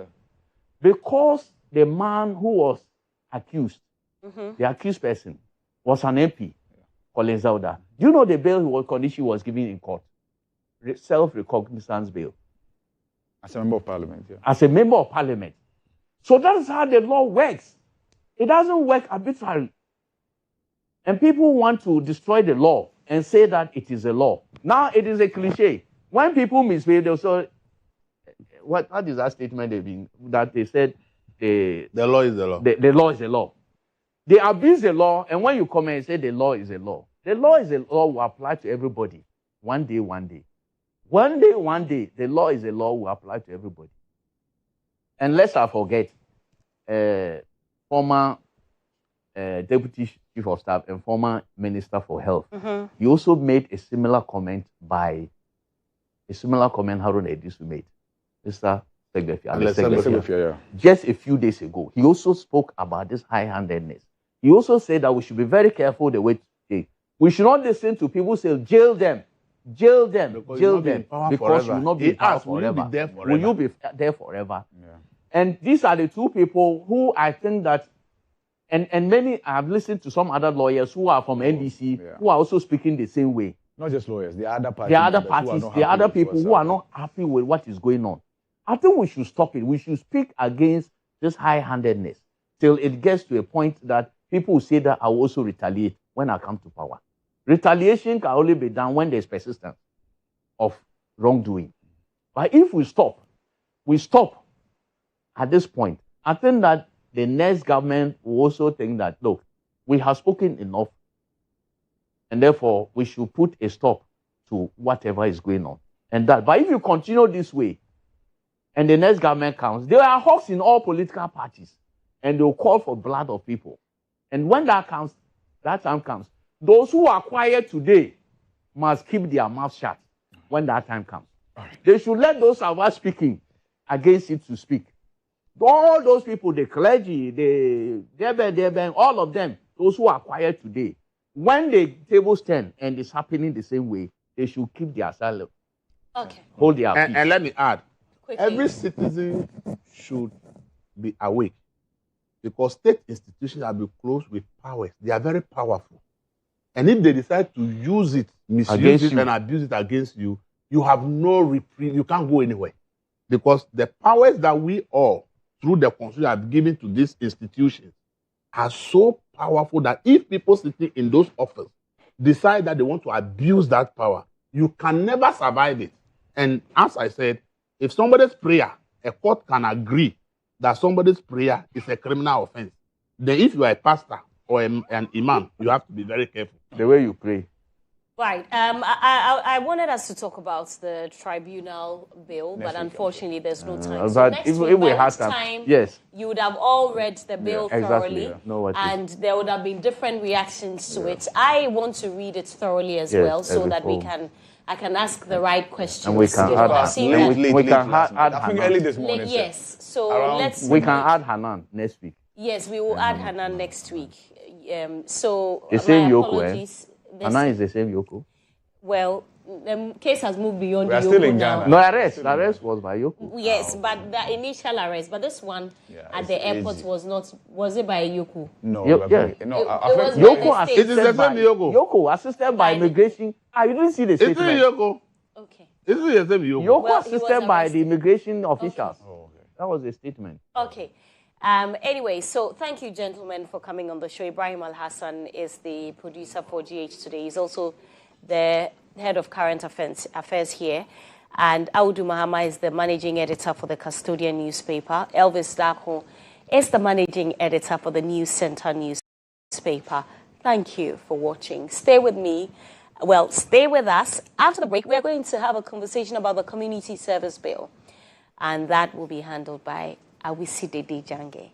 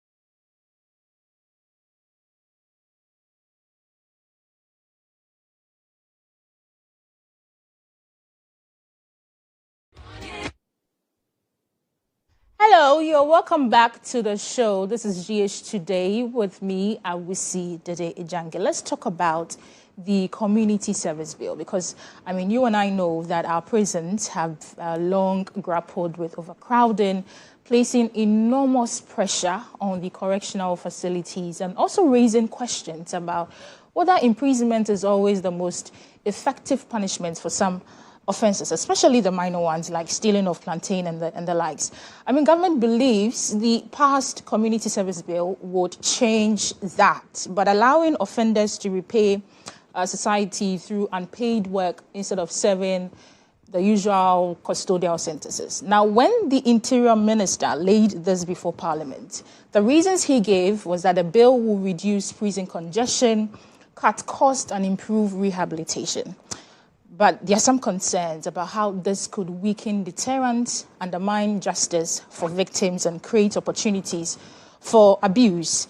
Well, to give us answers to these questions and also help us understand how this bill will work in practice, we have in the studio the Press Secretary of the Interior Ministry, Julius Kwame Anthony, and he joins me. Julius, good to have you. Pleasure to be here. Finally, I get to meet you in person. Yeah. Always see your activities online. Online, where? On X. Oh, yeah, I'm quite loud on X. So it's a pleasure to finally get. Thank you for making time. So let's get deeper into this. For someone who is watching, someone who doesn't understand what this bill is, what does this bill looks to do, and why now? Well, the important things to look at is that we have a prison population today doing 13,128 as of check on the by the end of June this year.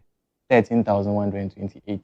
And if you look at our major prisons, if you look at Serwaa, if you look at Kumasi, you see that they are all doing more than the required numbers, over 263% of the original numbers they are supposed to be doing, which obviously brings in a case of overcrowding, brings in a case of even the human rights of the inhabitants, because there are certain, standards that are supposed to be maintained even for people who have been convicted.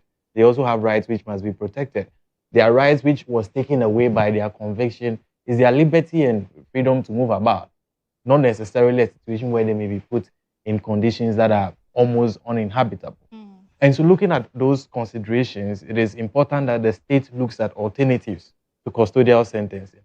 That is without me even touching on the financial cost of maintaining high numbers in the prisons. Then you look at the nature and character of the offenses that people are being sentenced for. Right. Whether custodial sentence is the only, reasonable way of dealing with such people and correcting them. And you look at reformation, rehabilitation, and reintegration of offenders into society.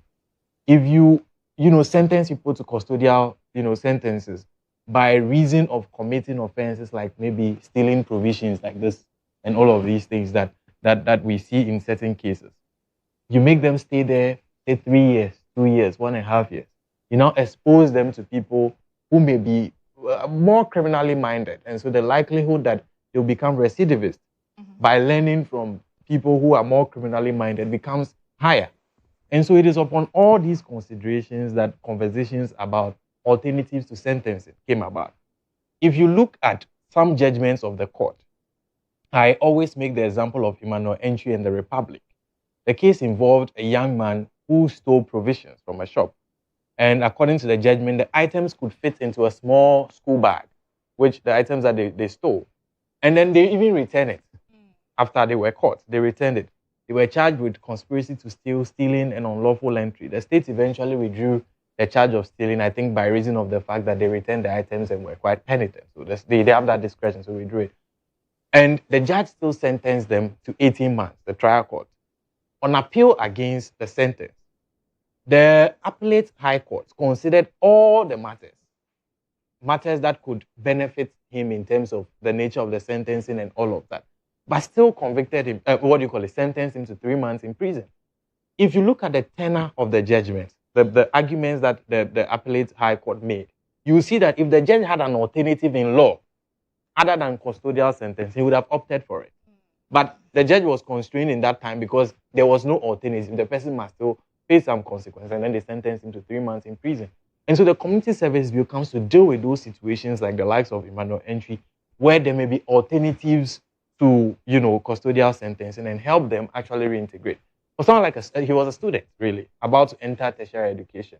He was 18 years old. You look at all those things, sentencing him to custodial sentence for that sort of offense, you think that there will be alternatives to it, which the community service comes to deal with. There are some concerns. We have categories of offenses, right? So does the bill detail the specific offense that require a community service, like a misdemeanor, or do capital offenses also have to suffer that? They don't form part. So generally, offenses that are triable on indictment are not part. And so those offenses are often very serious. Rape, defilement, murder, manslaughter, treason. All of those offenses are triable on indictment. They don't qualify for community service.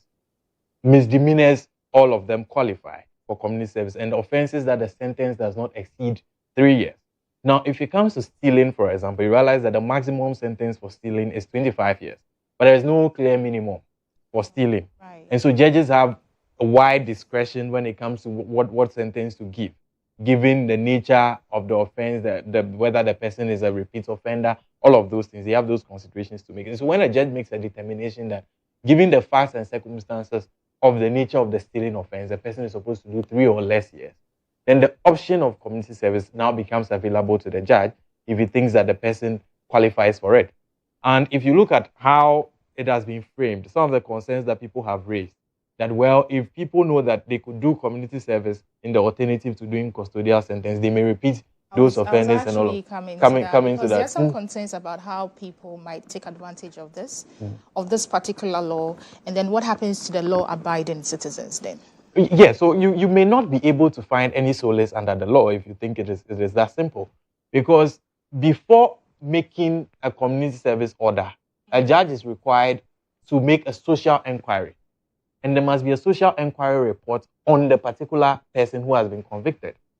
Okay. So at the sentencing stage, if the judge is considering community service, there must be a social inquiry report into you who have been convicted. And the social inquiry report has amongst them the things that have to be considered, whether you are a repeat offender, your very health status, all of those things will be checked in the social inquiry report. And so should the social inquiry report indicate that you are someone who is a repeat offender, you have done this before, you are not qualified for community service, and you would have to be sentenced. So that prevents those kind of situations. So people cannot take advantage of it and feel that, oh, I can keep doing all the wrong things, and so long as they are considered misdemeanors, I will do community service and move on. And in any case, in as much as it looks simpler compared to custodial sentencing, you are going to give labor continuously for 6 months. So it's also just not that simple. And it's strictly for 6 months. Yes, it must not exceed. Yes, it must not exceed 6 months. It must not exceed. The reason why it must not exceed 6 months is also because labor laws and labor considerations come in. If it is unpaid labor and you are going to make the person do it beyond 6 months, there are constitutional and legal questions that also come in terms of whether it's lawful to keep people doing unpaid labor for. When you say community service, a lot of people think it's just weeding, sweeping. Give us examples of what a typical community service is. It includes afforestation, reforestation, social infrastructure. All of those things are involved. For example, we are dealing with an environmental crisis, given the long years of illegal mining activities that have happened in this country. We need lands reclaimed. We need afforestation efforts to restore greenery where it was. And so with the community service, we may be able to get some people to render these services to the Republic, which is more beneficial than if you sentence them. Then social infrastructure, that is where the social inquiry report becomes more useful. Because if we make a social inquiry report into the person, social inquiry into the person, identify the unique skills that the person may have, and where it falls under the purview of the services that the person may be able to render, then you may provide, social infrastructure services as well. We have drains that are not fixed. If you are capable, you may render those services to the Republic in place of custodial So in essence, your line of work would determine what particular community service you'll be given? Not necessarily your line of work, but if the person has competence in the area, okay, it is more useful that you make the person do something that the person can do competently, more productively, given the period of time that the person will be in the service.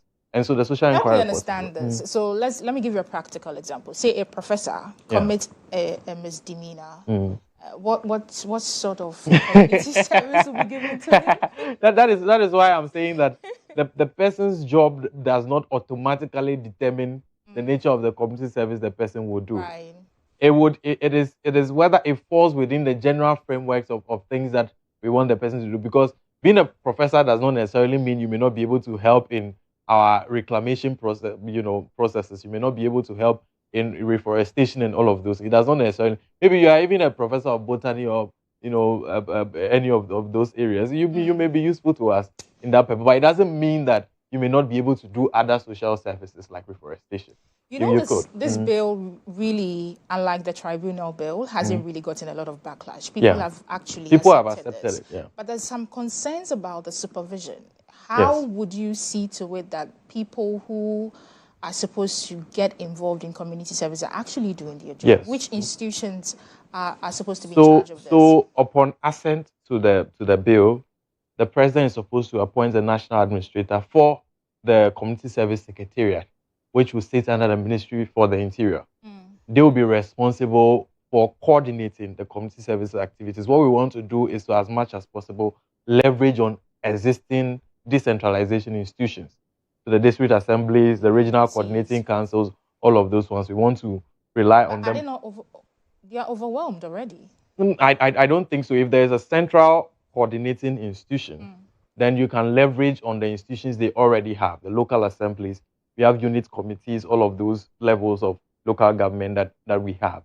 We can leverage them to do this. But the National Secretariat will be responsible for the coordination. And then we are going to have community service assistants. I think the terminology was different, but on the floor of Parliament, it was debated and some of those terminologies have been changed. And so when we have the bill, which has been finally assented to, we'll be setting on the terminologies that are being used for those agents who are supposed to ensure the implementation on the floor, on the ground, and also monitor the activities. The Ghana Prison Service is going to be actively involved in that process. The good thing is that there is a fear that if you ask people to monitor people to give what is quote and unquote free labor to the Republic, then those who are in charge may abuse it and use it for their own ends. It is unlawful for those agents to actually make persons who have been convicted and sentenced to community service to render any services to them in their private capacities. It's completely unlawful for that to be done. When you do that, you yourself become a candidate for community service or for custodial sentence. Okay. So that also prevents any possibility of abuse of the process. Let's talk about the victims of these crimes. I know misdemeanors are minor crimes, but they still have victims. There are some concerns that, sometimes victims would want some closure. And expect the people who have committed crimes against them be seen in prisons. What would you say to that? You can't be too sure that they necessarily want to see them in prisons. What they want is some consequence for it. But more importantly to them is they want their hurt feelings to be recognized. If you observe all over the world, we are moving to rehabilitation, reintegration, and reconciliation between the person who has been offended. So even victim-offender mediation is encouraged by some of our laws. If you look at the Criminal Offences Act, if you look at the Courts Act also, it's encouraged by some of our laws. The good thing about the Community Service Bill, which would soon be assented to, is that in consideration for whether a person qualifies for community service, we'll look at if the person has done restitution. It's part of the things in the social inquiry report that must be looked at. If you look at the case of Emmanuel Entry that I made the example of, he would have qualified if he was within this regime because he returned the things. That is restitution. You place the person you have offended back in the position that they were before you have committed the offense. He returned the items. And so they will look at that. And so in terms of the victims, if, say, you have stolen somebody's item, before you be sentenced to community service, we'll look at whether you've made the efforts to return the things or in a situation where you can't return what you have actually stolen, whether you made an attempt to pay the person back. If you do that, I think that the victim of the offense will feel that, you know, some consideration have been made of. If you look at the previous regime that we have, when someone commits a crime, even if it is stealing, if it is even assault, which may be all of those things, it is deemed as an offense against the state, not even the person who was probably slapped or the person whose items were stolen. It is deemed as an offense against the state and the state alone. The state prosecutes the offender, sentences the offender, and the offender is shipped off to Serwaa or wherever the person is shipped off to. The only involvement that the victim may be is probably as prosecution witness, and that you are, for lack of better words, you are quote and unquote like an object in the process, an object for the ends of attaining evidence in the process. When it comes to the considerations for community service, we are looking at whether you've made some effort to reconcile with the person, to provide restitution for the offense you have committed. So it satisfies the victim. So the idea that victims of crimes only want people sent to jail, I don't think is necessarily correct. Because they believe a prison sentence is more a deterrent factor than just community. That is why you agree with me that the weight of the offense becomes relevant. Yeah. For example, we will not allow community service for offenses tribal on indictment, including rape, defilement. You know, robbery is tribal both on indictment and summarily. But for purposes of this bill, I like to classify it under indictment. If you look at those offenses, they are aggravated in nature. If you should wake up early in the morning and someone is in your room with guns pointed at you, trying to take you, that's aggravated. That sort of behavior, the person even poses a social risk if the person is allowed to stay. Murder, people who kill, you don't expect that we make them do community service. And so those ones, looking at their aggravated nature, I think that it falls within those categories that you think that victims may feel offended if we allow the people to just do community service. Defilement. People who defile should not be allowed to remain in society.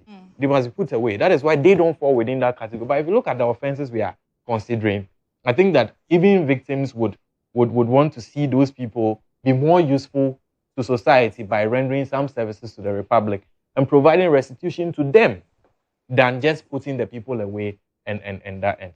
You cite a case, a 2015 case, the Emmanuel Entry case, yes, that built the tribunal. Yeah. Sorry, why do I keep on saying tribunal? I think that you have some aversion for the tribunal bill. Maybe some other time we'll have an opportunity to go into it. I may be able to change your mind.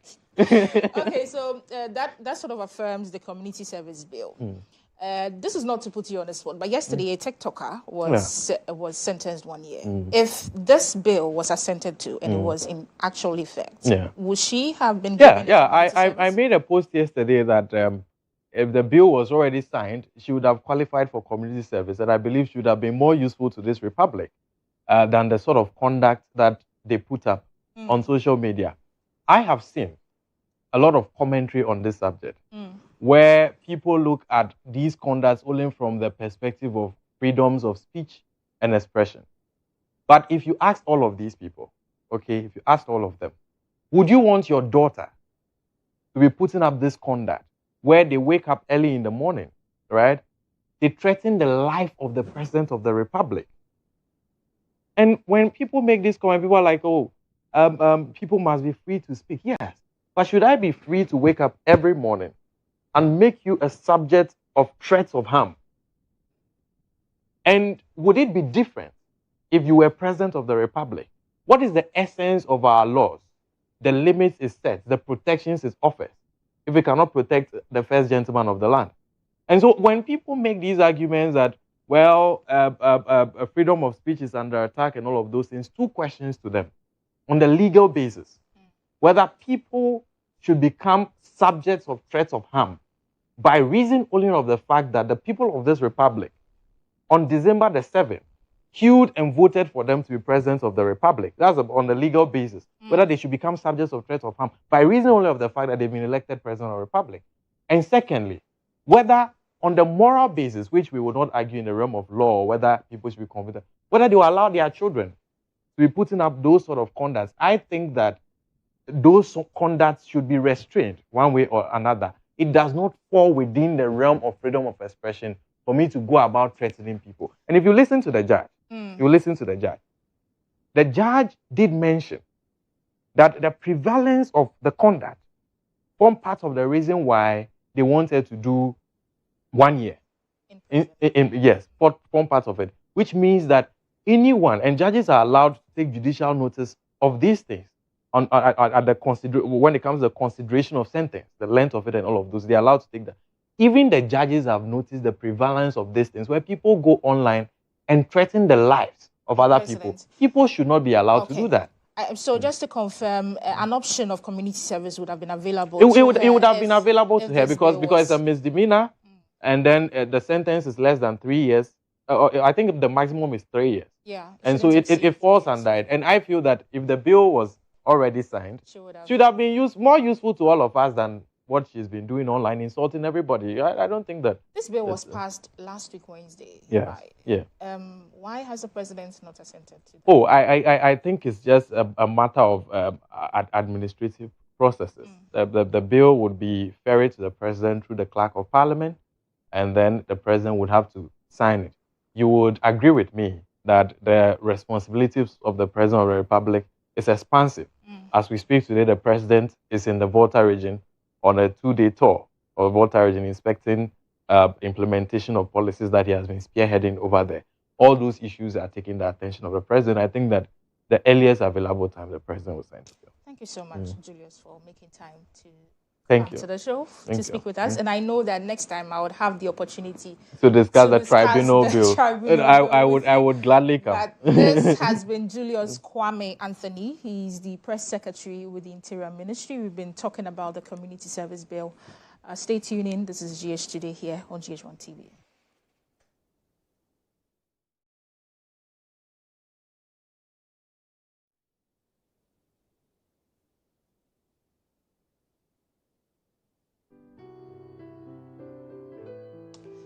Well, some birthday wishes, and this is happy birthday to you, dearest sister Umu Abbas. I want you to know that I treasure you beyond words can express. Thank you so much for all your support. I pray that we both live long enough to enjoy the blessings of what we have sown. God bless you and grant you your heart desires. So happy birthday to you, dearest sister Umu Abbas. Another birthday wish to Joshua Kodjo Mensah's pastor. Happy birthday, Reverend Dr. Edmond Tete Otu. As you celebrate a new chapter in your life, may the good Lord bless you with more wisdom, insight, good health, and wealth. As you continue to lead his people, may you never lack oil and resources. May nations hear of you and acknowledge the hand of God upon your life and ministry. And this is from Kodjo Mensah here at EIB Network. Another birthday wish to Asiedu Jennifer. Happy birthday, Asiedu Jennifer, midwifery officer at the Pokwase Health Center. On your special day, I celebrate not only the incredible person you are, but also the compassionate nurse who dedicates her life to caring for others. Your kindness, strength, and selfless heart inspire, everyone around you. May God bless you with good health, endless joy, favor, and success in all you do. This is from Fee. Another birthday wish to Benjamin Ofori Esquire. Happy 40th birthday, my love. Ooh, you're my best confidant and my greatest cheerleader. Thank you for loving me so selflessly, supporting my dreams, and leading our family with wisdom, kindness, and grace. As you step into this beautiful chapter, I pray that every dream you've quietly carried in your heart finds its fulfillment. May God enlarge your territory, bless the works of your hands, protect you and surround you with his favor in every season. May he grant you long life, good health, and success beyond your imagination. May your best years truly begin at 40. I love you today, tomorrow, and always. From your wife, Mina, and the kids. Wow, a very loved man. Happy birthday, Council. And this is the last one. Happy birthday to you, Mr. Imano Kofi Obeng. He's the CEO of and Dankwa Area Deacon Church of Pentecost. Sir, God keep on nourishing you and expand your territories. May whatever you touch be successful, and God protect you in every endeavor of your life. From your brother-in-law, Theophilus Amu. So happy birthday to you, sir.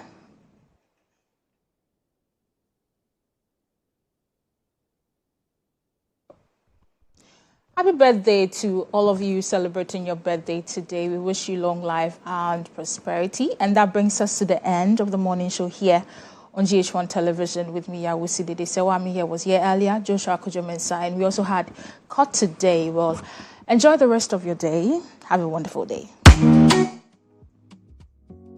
Bye.